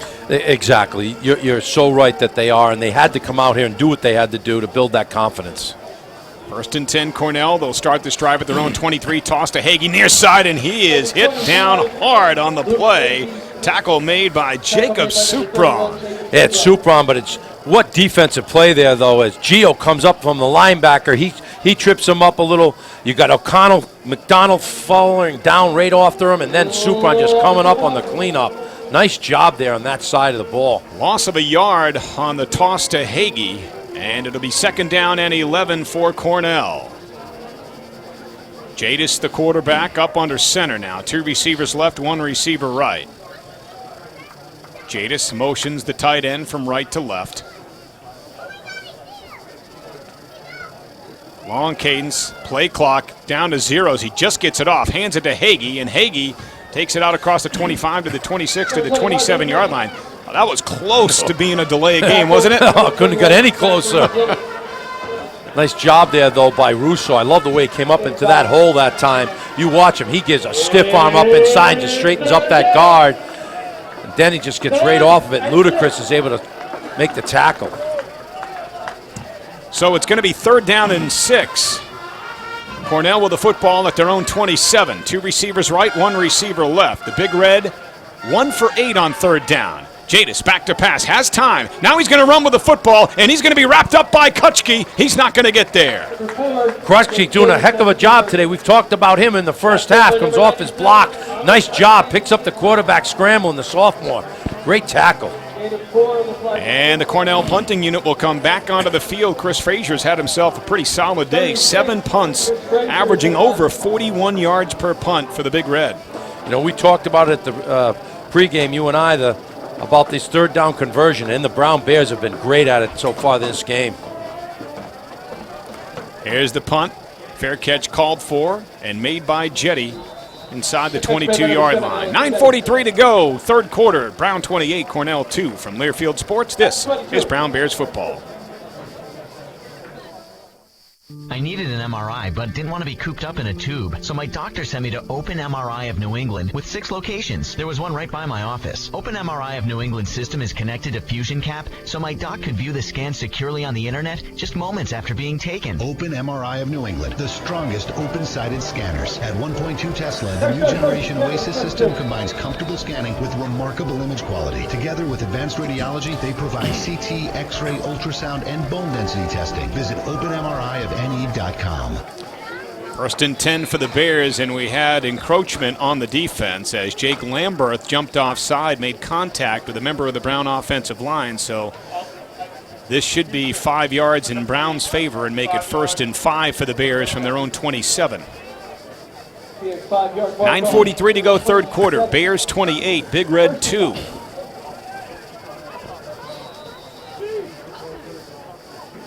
So it'll be first and 5. Jacob Hall coming back into the game, replacing Andrew Koch at the tailback position. Hall with a big play on his first varsity play from scrimmage on a screen pass on the last drive. Hall in at tailback. Broken eye to the left, Wyan the fullback. Fuller out of the shotgun on first and 5. Handed to Jacob Hall. Hall running left, trying to get it to the outside, and he just couldn't bounce it to the outside far enough as he was tackled on the play by Justin Solomon. He wasn't sure what he was going to do. Jacob Hall was right there. He had the outside, but he thought he might want to cut back to the inside, and he kind of delayed just a little bit, and that gave the defender from Cornell a chance to wrap him up. Bobby Grabent's going to come in replacing Jacob Hall. Second down 4 for the Bears from the 28. 3 receivers right. The tight end Viox lines up left. Fuller out of the shotgun. On 2nd and 4, he'll pass. Looking right, firing. It's complete to Doles, and he coughed up the football, picked up by Cornell. Did he have possession of it is the question. They're going to call it a catch and a fumble, and Cornell, with a turnover, will have it at the Brown 22-yard line. That was perfect timing. It was a nice catch by Doles. I mean, really coming across the middle as he's coming down. Fuller throws it right in there, and you watch it. He just as he turns, he gets hit. And it was a fumble. And the Big Red will have it at the 22-yard line of Brown. Justin Solomon recovered the fumble for Cornell. So an opportunity here for Cornell. Down by 26 points, but still plenty of time left in this game. 8:54 to go in the third. 2 receivers right, 1 receiver left. Jadis remains in at quarterback. Hagee stands behind him. And on first down, they're going to hand it to Hagee. Hagee spins out of a tackle, but he can't get out of the second tackle as Russo comes in and gets him at the ankles. Xavier Russo, he is so tough. He comes in off a block. He hits Hagee straight on, and Hagee spins on him, and he grabs Hagee with his hand just out there, his arm, and just drags him down. I mean, he's 6'4", 250, playing that middle linebacker position. He is tough in the middle. Gain of a yard for Hagee. 2nd and 9, Cornell at the Brown 21. 2 receivers right, 1 to the left. Jadis out of the shotgun on the option left is going to keep it. And he's going to take it out of the 19-yard line. A pickup of about 2.5 yards for Jake Jadis. I like the way Luke Richardson, he's had a great game here today, and Pumpus on that right side of the line. They come up the field, they scrape down the line, and just really kind of stuff that run game there. Cornell 1 for 9 on 3rd down today, and they're going to have it 3rd down and 7 at the 19-yard line of the Bears. Jadis out of the gun, 2 receivers right, 1 receiver left. He's going to hand it off up the middle to Hagee, and Hagee is going to get it down to about the 17-yard line. He picks up 2, and it looks like Cornell just playing for 3 points here, I would think. Or they're going to keep the offense on? I'm not sure. Well, they're down by 26 points. You would think they'd be right. Go for the first down and the touchdown, and I think they will keep the offense on here. It's Cornell going to go for it on 4th down. They are 4 for 10 in their 4th down conversion attempts this season. 4th down and 5 at the 17-yard line of the Bears. Jadis out of the shotgun, motions his receiver left to right, rolling right, looking to pass, hit as he fires it, and it's incomplete. And the Bears defense comes up with a stop as Russo planted Jadis back at the 28-yard line. Jadis is getting up real slow. He felt that. I'll tell you, he's getting helped off by his lineman there, but that was Russo coming up. Xavier Russo, what a lick he laid on him. Full speed. Russo, 6'5", 255. I think anybody would get up slow after taking a hit from number 52. In full speed as he comes scraping from the middle linebacker, comes across and just boom, textbook right up into the ribs. Lifts him right up. And so the Bears offense takes over, 1st and 10 at the 17-yard line. Fuller operates out of the shotgun. Koch standing behind him in the backfield. A receiver left, a receiver right. He'll give it to Koch up the middle. Koch bounces off of 1 tackle and drives forward across the 20-yard line. Picks up about 2 yards, 2.5 on the carry. Koch's been a tough runner all season, just up between the tackles. You know, they give him the football, he just keeps his feet moving, picks up 2 or 3 yards at a time. Just bread and butter yardage. 2nd down and call it a short 8. Brown with the football at its own 20. 6.5 to go, 3rd quarter. Bears on top, 28-2 over Cornell. Fuller out of the shotgun, Koch standing behind him. Gets the handoff running left. Has some blockers. Can he get the edge? Koch does, and he takes it out to the 23-yard line, close to the 24. He had a lot of Cornell guys coming at him. I was a little bit nervous here. He gets up the field, but he's got the football on the wrong side of his hand right here. He's got it to the inside. Nice run, though, by Koch as he comes up the field. We got a Cornell guy that's down right now. He's getting up slow, number 93. That's Gino DeMarco. He's being attended to by the Cornell training staff. So we'll take a break with 6:06 to go in the third, and the Bears up 28-2 on Cornell. From Learfield Sports, this is Brown Bears football. Waste Haulers is Brown University's preferred You could play a provider minute of here, I waste think, and all right? recycling services. They're a Rhode Island-based company focused on the needs of local businesses with a true commitment of moving closer to their goal of zero landfill. So give them a call at 401-943-6503 or find them online at wastehaulers.net and find out why so many local businesses from Woonsocket to Westerly are choosing Waste Haulers for their waste and recycling solutions. Waste Haulers, Rhode Island's choice for local waste and recycling services. So the good news for the Big Red, Gino DeMarco walks off the field under his own power to the Cornell sideline. And it brings up a 3rd down and 4 for the Bears when play resumes. The Bears have the football at their own 24-yard line. Fuller out of the gun, 2 receivers right, 1 receiver left. Koch stands to his right in the backfield, and Marcus will pass on 3rd down. Looks, now he's flushed out of the pocket, dumps it off to Koch. Koch's going to try to run for it, and he's going to dive forward for the 1st down. Nice job by Andrew Koch. He was in the block, made a nice block, nice stiffed up onto the tackle, and then he bounces to the outside when he sees his quarterback in trouble, picks the football up and does a nice dance move, knowing where the 1st down is always a sign of a good running back. He knows he's got to get up the field north-south to make the 1st down, and he does. And Marcus Fuller doing a good job checking down to his tailback. All those receivers covered downfield. So the Bears keep the drive alive. It'll allow them to chew up some more clock here with 5.5 minutes to go in the third, and Brown leading 28-2. 1st and 10 for the Bears. They have it at their own 29-yard line. 2 receivers left. Fuller out of the gun. Marcus hands it off to Grabentz. Bobby Grabentz up the middle, and Grabentz takes it across the 35 to the 36-yard line. A 7-yard gain for Bobby Grabentz. Nice job by Grabentz coming up on that left-hand side as we start to develop some sort of a run game here in this 3rd quarter, which has been effective now for the Bears as they're starting to wear down this Cornell defense. Bobby Grabentz, the senior tailback out of Cleveland, Ohio, makes it 2nd down and a long 3 for the Bears. They're just shy of their own 36-yard line, and now they send trips 3 receivers to the right. Grabentz remains in at tailback behind Marcus Fuller. Fuller back to pass, going to flare it out to Grabentz, and now he just throws it high and incomplete. I think it was initially intended for Grabentz, and Fuller thought it was covered, so he delayed getting the ball out there. Yeah, you're exactly right. He did think he was covered. He was under coverage, smart play by Marcus Fuller, but then he was under some pressure, really bad pressure, so then he had to just dump it out into the flat there. He made the right pass there, because if he'd thrown it too far off, that would have been picked off by Cornell. The cornerback closing down on him. So now it's going to be 3rd down for the Bears, 3rd and 3 from their own 37-yard line.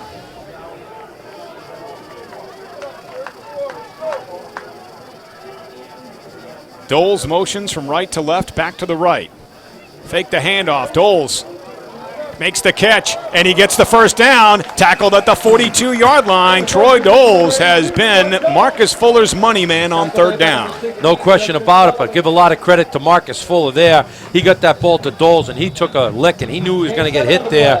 He put himself in that position under pressure, got the ball off, takes the hit, and Doles makes a nice job picking up the 1st down. 7th catch of the day for Troy Doles, up around 80 yards receiving. He also has a touchdown. 1st and 10 for the Bears from their own 42-yard line. Grabentz, the tailback, standing to the left of Marcus Fuller.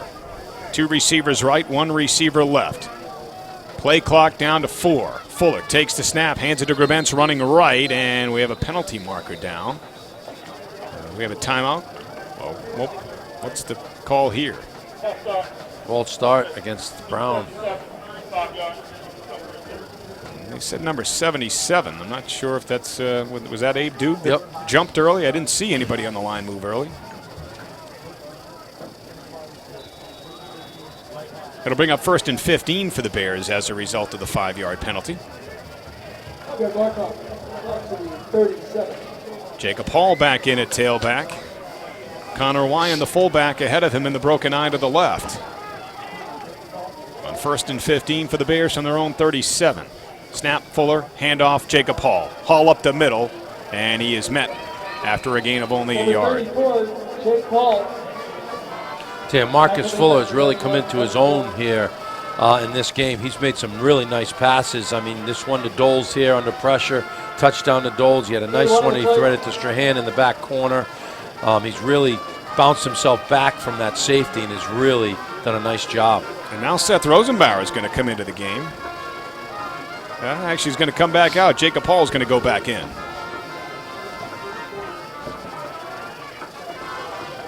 We're under 3 minutes to go, third quarter. Brown 28, Cornell 2. Bears with it 2nd and 14 at their own 38. Fuller, snap. On the delay, hands it to Jacob Hall. Hall trying to bounce it to the outside. He does. Across the 40, and he dives forward out to the 44-yard line. Nice stiff arm by the freshman there as he's able to stiff arm a Cornell. Gets him up an extra 6 or 7 yards there as he breaks through a tackle. Does remind you a little of Hardigan, just Yeah. in his size, you know? And the way he runs. He's just kind of that north-south big, tough runner. Lowers his shoulder, gets up the field. Going to bring up a 3rd down and 8 for the Bears. Brown 6 for 10 on 3rd down today at 60%. They send 2 receivers to the far side right and 1 to the near side left. Fuller operates out of the shotgun on 3rd down and 8 for the Bears. Marcus back to pass. Bentz picks up the blitz. Fuller airs it out to Jetty, and it is caught by Alex Jetty. 1st down for the Bears. No, they say it was incomplete. Jetty didn't have possession of it. Nice effort by Jetty, though, going up over his left shoulder to the outside. That's a very difficult catch for any wide receiver. Nice pass by Marcus Fuller. He had to put it where he could only put it, which is to the outside. So Jetty's got to go up and stretch himself, and it just gets deflected by Cornell's number 41 there. Does a nice job of getting up there. Hobson, Michael Hobson. 41, Gisaldi. Oh, Gisaldi, I'm sorry. The Bears will bring their punting unit onto the field for only the 3rd time today. Grant Senni averaging 41 yards per boot on 2 punts. Shaw back deep to receive, and he comes up and takes the punt, and he is hit immediately at the 26-yard line. That was actually Ben Rogers on the return. Ben Rogers makes a very dangerous catch there. Doesn't care if fair catch. Leaves himself wide open as 3 Brown defenders just plow down on top of him. Minute 51 to go, 3rd quarter. Brown 28, Cornell 2.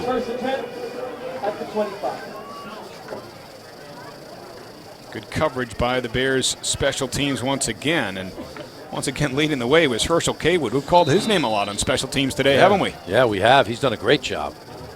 1st and 10, Cornell. They have it at their own 25-yard line.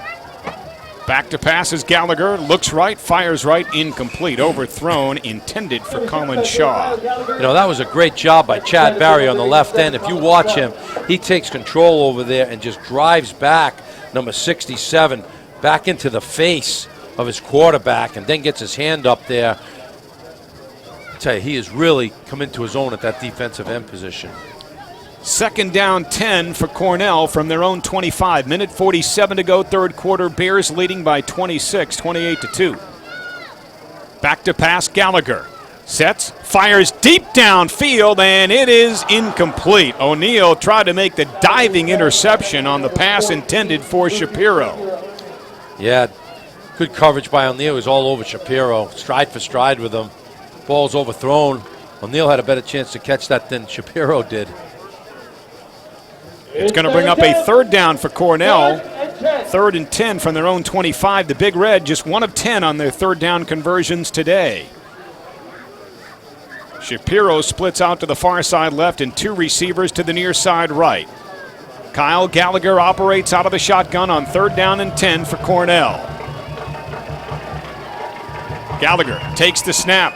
Back to pass. Fires it left, and it's incomplete. He and his receiver Shapiro not on the same page. Shapiro broke his route off to the outside, and he threw it like Shapiro was going to do a fly route down the left sideline. Yeah, exactly.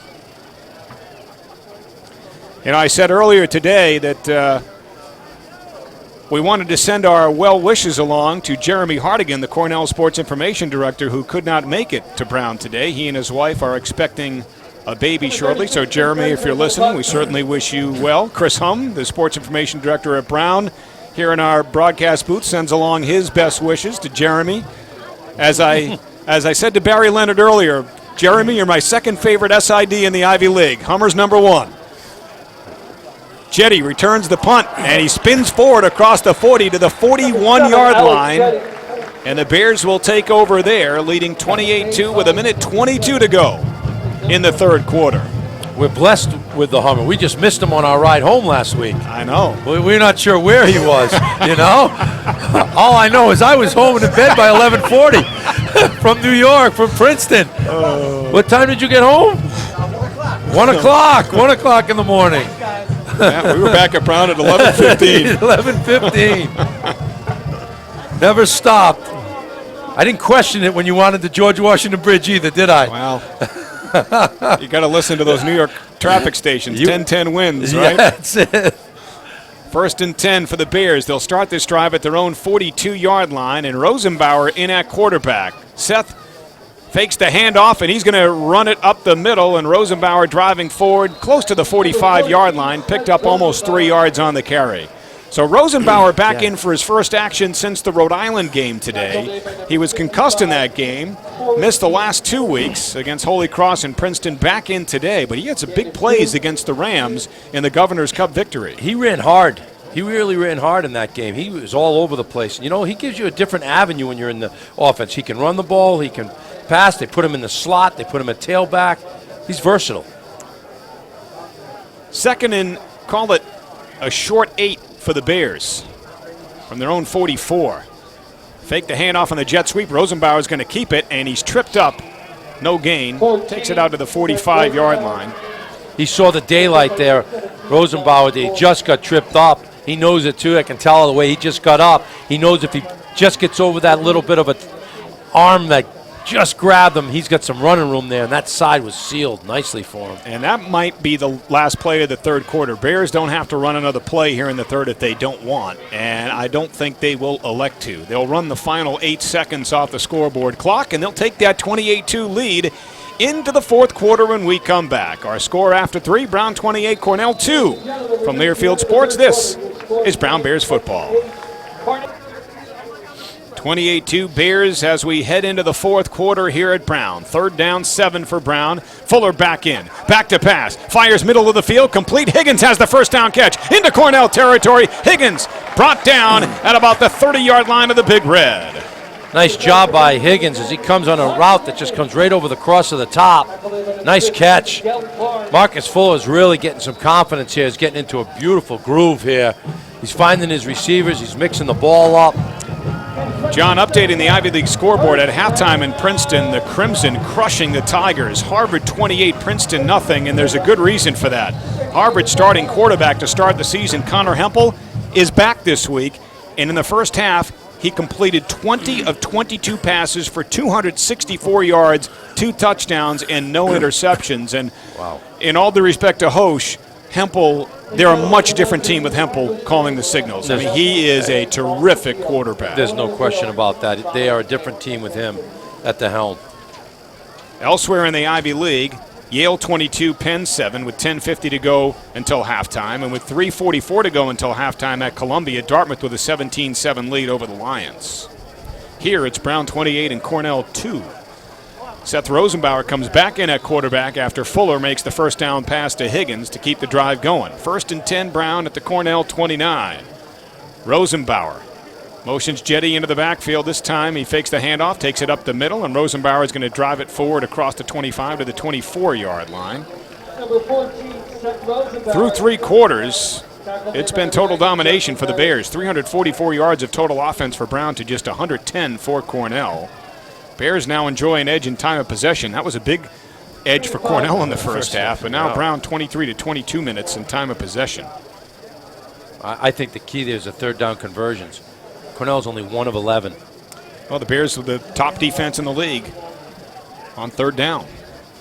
2nd down and 5.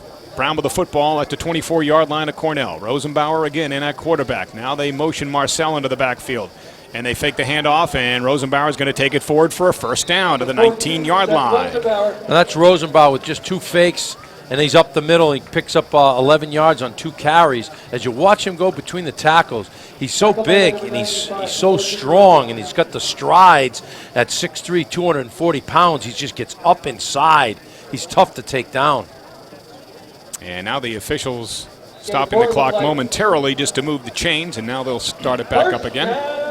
We've got 13 minutes, 15 seconds to go in the fourth. Brown comfortably in control here, 28-2, and driving for more here. 1st and 10. Bears of the football at the Big Red 19. Rosenbauer with 2 receivers right and 1 receiver left. And they will motion that receiver. Strahan fake the handoff to him. Rosenbauer running right. And he's going to be tackled from behind at about the 16-yard line.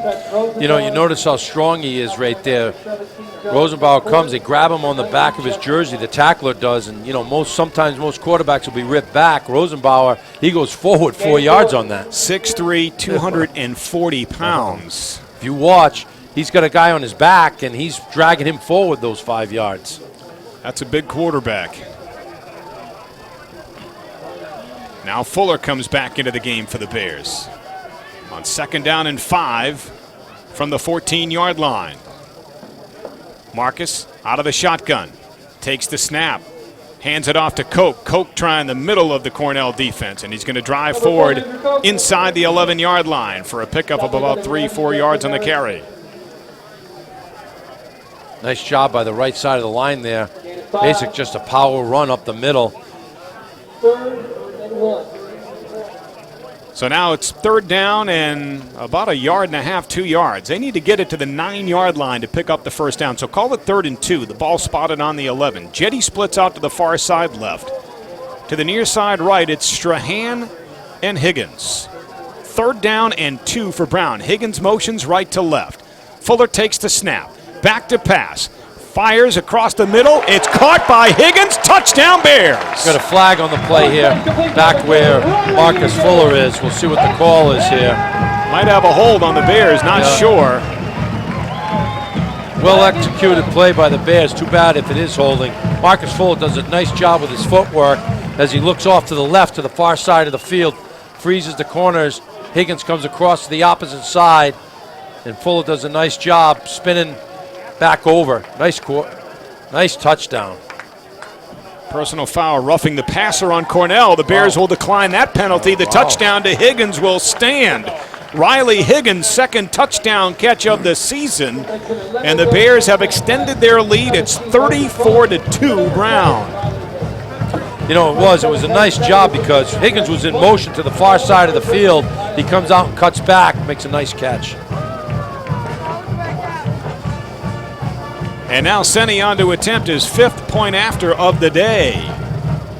Out of the hold of Kyle Moreno. Snap, hold is down. Senni's kick is on the way, and it is good. 11:30 to go, 4th quarter. It's all Bears in this one. Brown 35, Cornell 2. From Learfield Sports, this is Brown Bears football. Academy Bus is proud to be the official ground transportation provider for Brown University. To learn more about our services and industry-renowned fleet of modern motor coaches, visit us online at academybus.com or by calling 877-961-4100. Scott Credisci and John Anderson back at Brown Stadium. 11 minutes, 30 seconds to go in the 4th quarter, and the Bears have opened up a 33-point lead on Cornell. It is 35-2. Brown's defense is pitching a shutout today. The only points scored by Cornell were the result of a safety when Brown quarterback Marcus Fuller dropped back in his own end zone and his right foot stepped on the back line of the end zone. A little squib kick there by Senni this time, taken again by one of the up men, and good coverage again by the Bears. That time Will Twyman on the tackle. Yeah, Twyman does a nice job. Fights his way through, knifes it up in there, and does a nice tackle. Great job.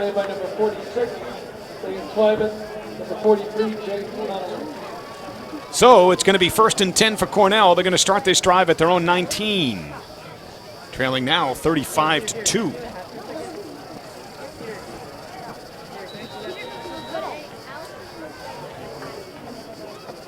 This is where you got to pass the football to get back in it, and your defensive line now, Scott can just tee off. And the sophomore Somborn in at quarterback now. 2 receivers left, 1 receiver right. Tight end motions from the left side and right side and sets on the left side of the line of scrimmage.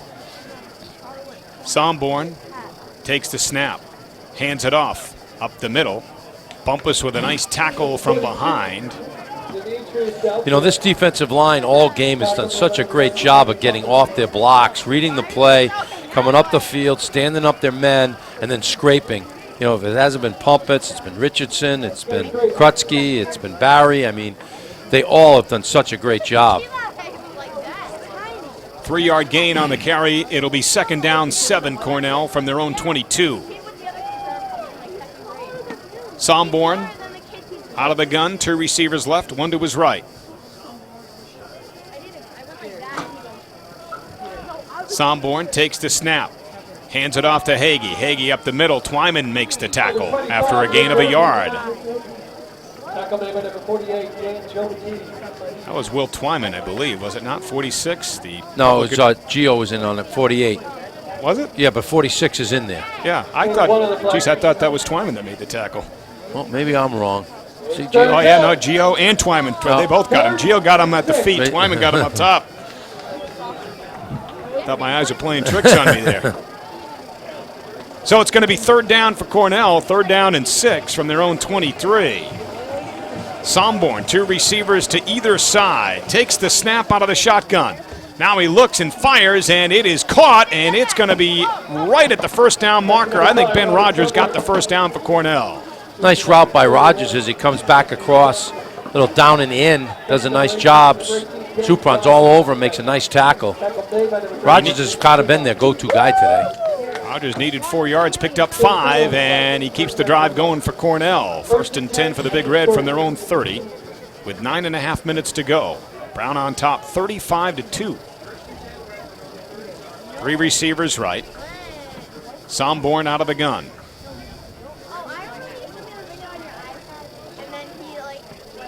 Play clock down to 3. Somborn takes a snap, fakes the handoff, flares it out right quickly. And a nice catch and run for a 1st down by Colin Shaw. He takes it out just short of midfield to the 47-yard line. That's a tough play to defend against. Wide receiver just kind of sprints out to the outside. A very, very quick pass. He's got downfield blocking. If you watch, he just kind of flares himself out. Then bang. He's got good outside blocking. Seals off the corners and finds a seam.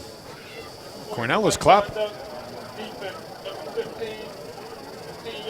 Unsportsmanlike conduct on Patrick O'Neill, and I'm wondering if maybe O'Neill didn't feel like he was being held there. So I think O'Neill may have said something to draw that penalty flag because it came well after the play had ended. So that 15 yards tacked on to the end of the play is going to move the ball into Brown territory down to the Bears' 38-yard line. Number 3, Phil Smith is coming to the game at cornerback. Yeah, he's going to replace Patrick O'Neill right now. Somborn's going to hand it off to Hagee. Big hole up the middle for Hagee at the 30, at the 25-yard line. Dragged down from behind at the 21 by Supron.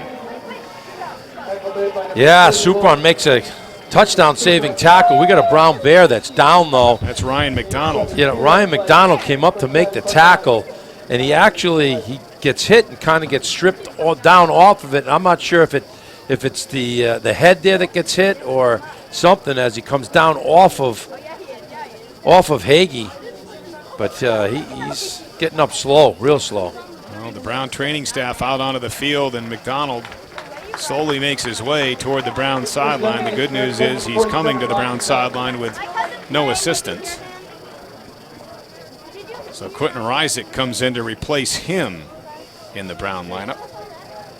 Reisig, the junior from Albuquerque, New Mexico.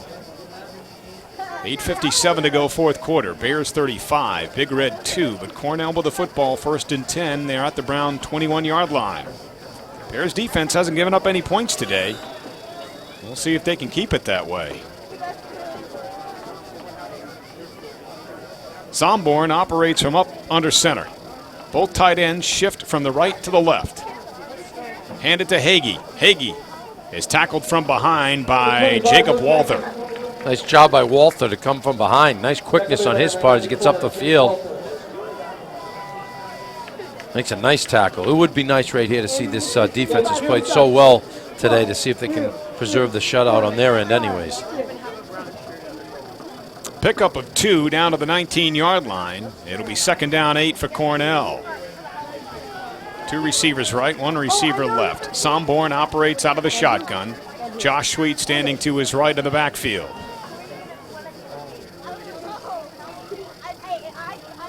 Somborn takes the snap. He's going to hand it to Sweet. Big hole for Sweet. Bounces it to the left, and he takes it inside the 15 down to the 13 and the 12-yard line. He's going to be stopped about a yard shy of the first down marker. Yeah, it's going to bring up another 3rd down. This one's going to be 3rd and short. Yeah. Call it about a yard and a half. They need to get to the 11. Their ball's just inside the 13. It's 3rd down. 3rd and 2.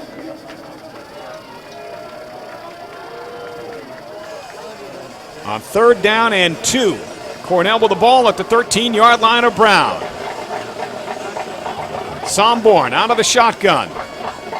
Takes the snap. He's going to pass, looking to the corner of the end zone, and it is incomplete. Great coverage by Supron there. Man-to-man coverage in the corner. One-on-one. Uses the sidelines nicely. Does a great job there. And now Hagee's going to come back in on 4th down, as is Lucas Shapiro for Cornell.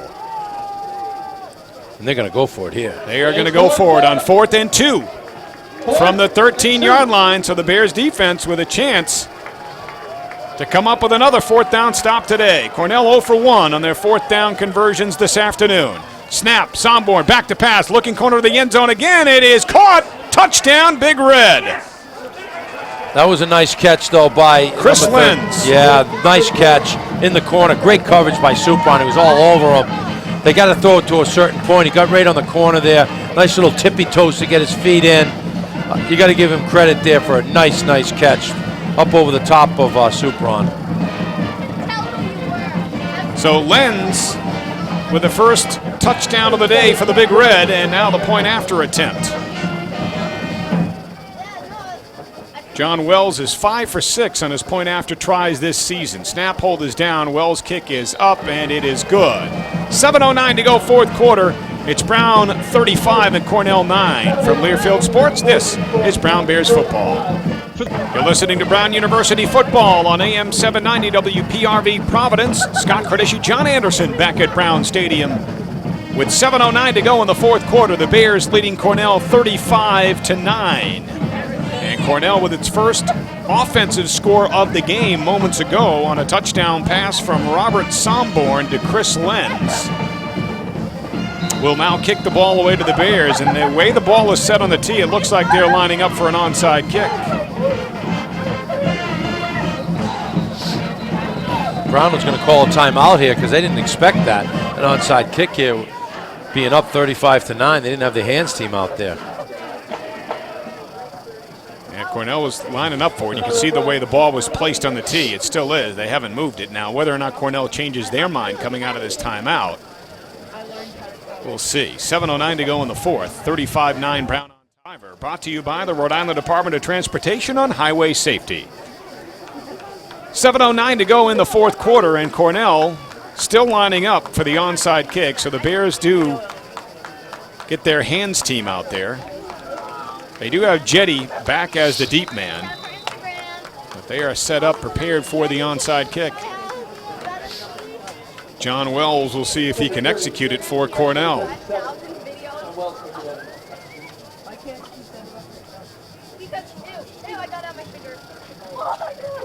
Wells' kick is fielded by Higgins, and Higgins could go at the 30, 25, 20, 15, 10, 5. Touchdown Bears! Higgins was like a shortstop there. Just pulled that ball right off the hop, and off to the races he goes.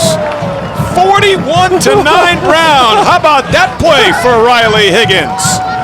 Unbelievable by Higgins. Sharp ball right up at him. Boom, picks it right up and goes all the way. Touchdown. Second touchdown of the day for Riley Higgins. He had a touchdown receiving, and now on special teams comes up. You know something, Scott? If we didn't get that turn back on the defensive touchdown earlier, we would have had a royal flush there. Everybody's scoring. Offense, defense, and special teams. Senny's point after is good, and the Bears lead it 42-9. Wow. Wow. That is a tough break. You could not have fielded that any better than Riley Higgins did. It was like, you know, John, it's funny because too often you see teams, hands teams, wait for that ball to go 10 yards instead of attacking it. You're allowed to get it before it goes 10 yards. Now, the kicking team can't touch it until it goes 10 or it's touched by the receiving team. But the receiving team, you can attack that ball and get it before it goes 10 yards, and that's what Higgins did. He saw it, picked it up off the bounce, and boom, gone. Off to the races. Oh, he beat them to the ball. And they didn't have any idea. You know what I think? And I think you're so right. They thought that he was probably going to take it and just fall. Right. The fumble, and he just was like a dart. Boom. Well, too often the receiving team waits for the ball to arrive to them instead of attacking, going after the ball. And Higgins went after it. Senny will kick it away from his own 35-yard line with 7:01 to go. And the Bears up 42-9.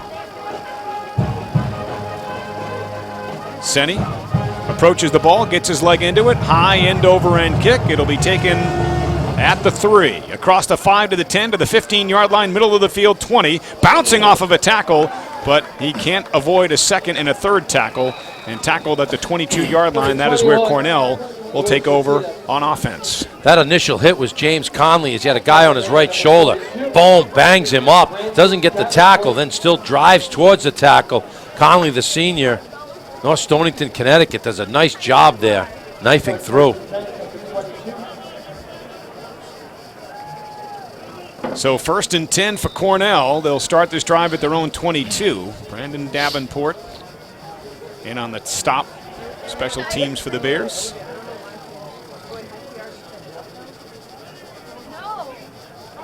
Somborn in at quarterback. He's going to hand it off, and Hagee is wrapped up in the backfield. Nice play by Jacob Walther. Check that. That was Josh Sweet wrapped up by Walther on the play. Yeah, Walther does a nice job. Just really gets off his block. So nice there. Uses his left hand, just kind of blows right up inside. Nice move. Sure, we're going to start to see some of these younger guys getting a shot here. 2nd down 13 after the 3-yard loss by Sweet. Somborn out of the shotgun, 2 receivers to his right, 1 to his left. Takes the snap, he's going to roll right, looking to pass. Fires, and it's too high and incomplete, intended for Ben Rogers. That's where the quarterback needs to put a little more touch on that ball. Rogers was open on the far sideline. Now, it wasn't going to be a first down, but he was open enough. And the quarterback just threw it too high and too hard. Sometimes quarterbacks got to put touch on those passes. A nice little touch, but it's really hard to do touch when you're running for your life. Yeah. As Chad Barry's chasing you down, and you're worried about getting hit there.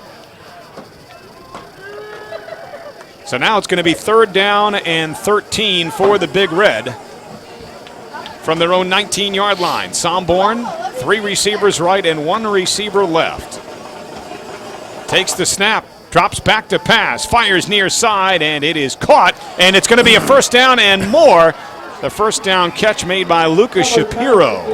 We were in man-to-man coverage there. We went on all-out blitz. All linebackers coming hard. Nice job by Cornell to get rid of the football. And on those type of plays, you've got your cornerback one-on-one. He's got to make the tackle, and Supron just can't make that tackle. So now it's off to the races here. Good pursuit, though, by the defense to come up there. Riznak with that tackle. Good job by him coming across from the other side. 1st and 10, Cornell. They have it at their own 39-yard line. 5.5 to go. 42-9, Brown on top. Handoff, fake it to Sweet. Somborn keeps it, and he is wrapped up on the play by Jacob Supron. Supron makes it up there. Comes right up on the corner spot. Does a nice tackle there. No gain. Covers a lot of ground there. Well, you know, Phil Estes got after his team this week in practice. You know, he sensed, not by everyone, but he sensed that there are some plays on the team maybe that were taken this week for granted, thinking they're just going to show up and beat an 0-5 Cornell team. And he said, listen, they're looking at you guys saying we can get our first win. So don't think this is a given. You know, he wanted the team's focus in practice this week. as Ludovic Richardson makes the tackle from behind. And Coach Estes is a great coach. He's been doing this for a long time. He's in his 17th year. He's been 20 years here, and he knows that it can happen to you and it can happen to them. That's right. right. Through his time, it's happened to us here at Brown when we've gone in and taken teams lightly and they beat us, and it's on the verse side that we've gone in and they've taken us a little bit lightly and we've snake bit them. So he's right on with that. I mean, the Ivy League, you never want to take anyone lightly. Bears have some of their younger defensive linemen in there right now. Jacob McKay, number 96, at the left defensive end. John Simpson, number 72, at the right defensive end. And on third down, back to pass is Somborn. He's pressured and sacked in the backfield. Ludovic Richardson got him. Richardson's having a great game. He came up the field once again here, fast and quick. This has probably been one of his better games I've seen him play all year on that line. He's playing with a lot of confidence. He's playing with a lot of quickness. And he's playing with a lot of toughness this week. So Cornell forced to punt the football on 4th and 15 from its own 34-yard line. And Chris Frazier, who has had one hell of a day punting the football. 9 punts for an average of 43 yards per punt. Higgins is back deep now. Frazier nearly blocked, and he's run into. It's going to be roughing the kicker on the Bears. Yeah, that's a tough one right there. I mean, that was roughing you. I mean, you've got to get the football. If you're going to go near that kicker, you've got to stretch your body out, and you've got to make sure you're touching the football. You can't just run by him and hit him.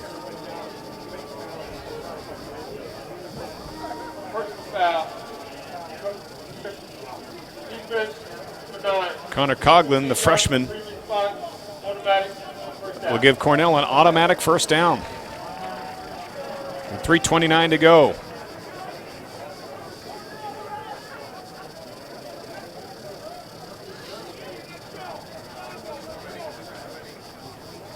So Cornell will have the football near midfield at their own 49-yard line with 3:29 to go in the fourth, trailing 42-9 after the roughing the kicker call on Connor Coughlin. 2 receivers right, 1 receiver left for Cornell. Somborn up under center.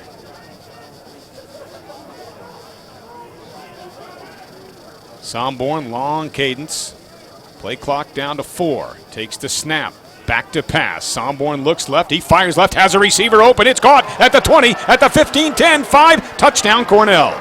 Chris Lenz with his second touchdown catch here in the fourth quarter. Just a straight fly pattern down the left-hand side. He beats his man on a one-on-one. Gabriel Gonzalez is on him, and he gets a step on him, and nice pass, and just basically outruns him to the end zone.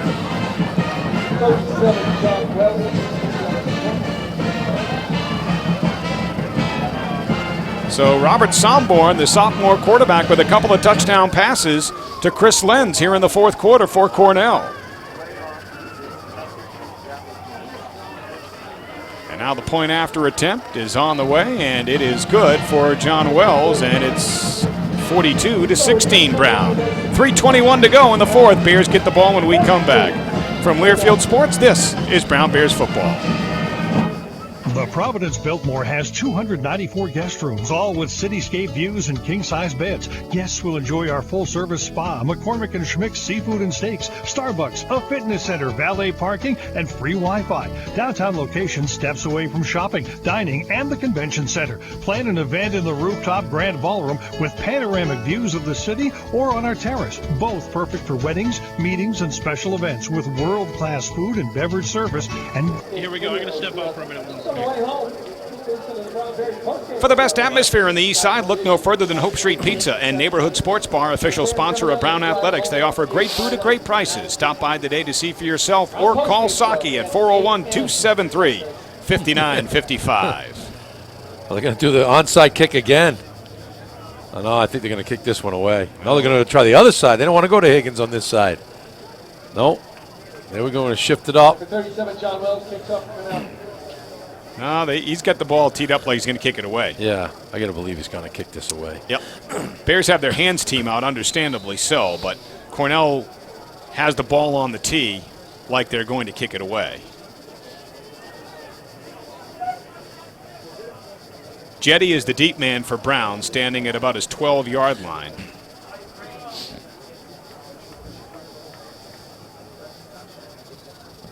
And they try the little pooch high kick, and Gio calls for the fair catch, and he makes it out of bounds on the Cornell sideline. So different way to try an onside kick. Yeah, nice job by Gio, though. Nice athletic ability. He's got the hand up there waving. Yeah. Catches it over his back shoulder. Nice job. So the Bears take over at their own 42-yard line with 3:17 to play, leading 42-16. Well, this game really, since the second quarter, hasn't been in doubt. We got a whole bunch of new faces in there now on offense. Some of the younger guys in there, along with senior center Matt O'Brien.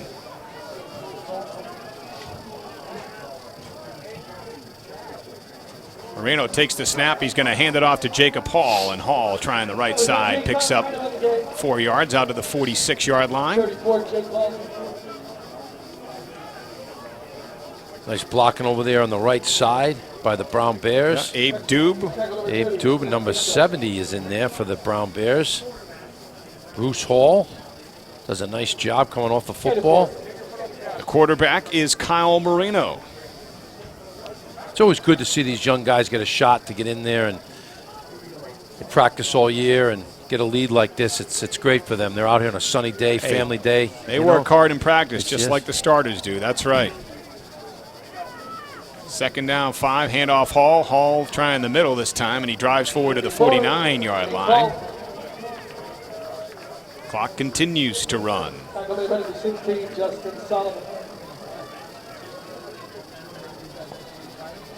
It'll be third down and about 2.5 yards to go for the Bears. They can score. If they can kick up a first down here, they'll basically be able to just run this thing out themselves here. Bears break the huddle. Marcel and Swanky split out to the left. Moreno with Hall behind him. Bistek, the fullback, lines up behind the tight end, Hans Wright. Moreno's going to hand it off. Hall's going to try the left side this time, bouncing it out. Oh, and he's going to be stopped short of the first down. His progress is going to be close to the first down marker, but I believe he's going to be literally about the length of the football shy. I look on the sidelines there. I see Doles, number 82. He's got the ice all wrapped up there. Yeah, on the right ankle. With the crutches. And he's got it on the knee. You talk about a warrior, Scott. Look at him. That's what ice on the knee, ice on the ankle, other foot, same foot. Unbelievable. And I'm sure if they asked him, can you suit up and come out right now if he had to? He would. He would. They're bringing the chain gang out, but I think the Bears are going to be just short. All depends on the spot. Yeah, just short by the length of a football. You might want to try a quarterback sneak here and just run it out. It's about an inch. You could, and they're going to keep the offense on there. Kyle Moreno look to the sideline, and they're going to stay on.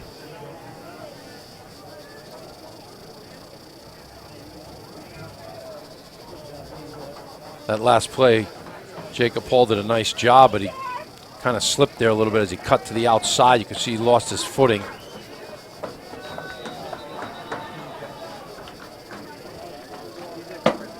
What do we got here now? A timeout called by Cornell with 1:31 to go.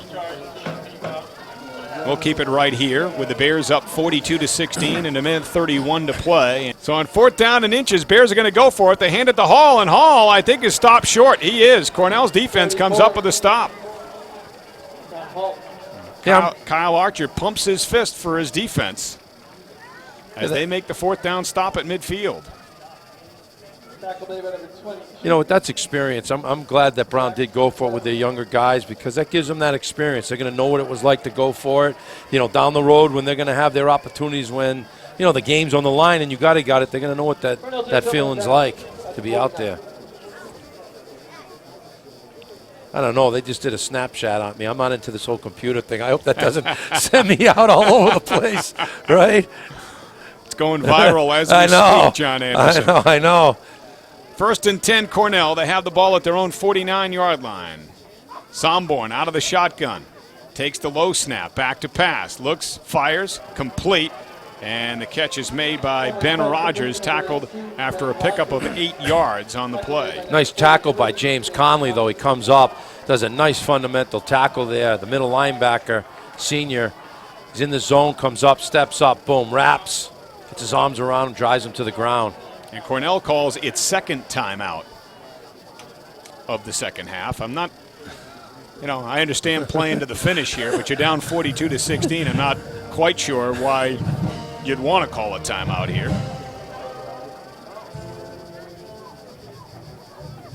Gives our coaches a chance to talk to some of the young guys here, get them set up here.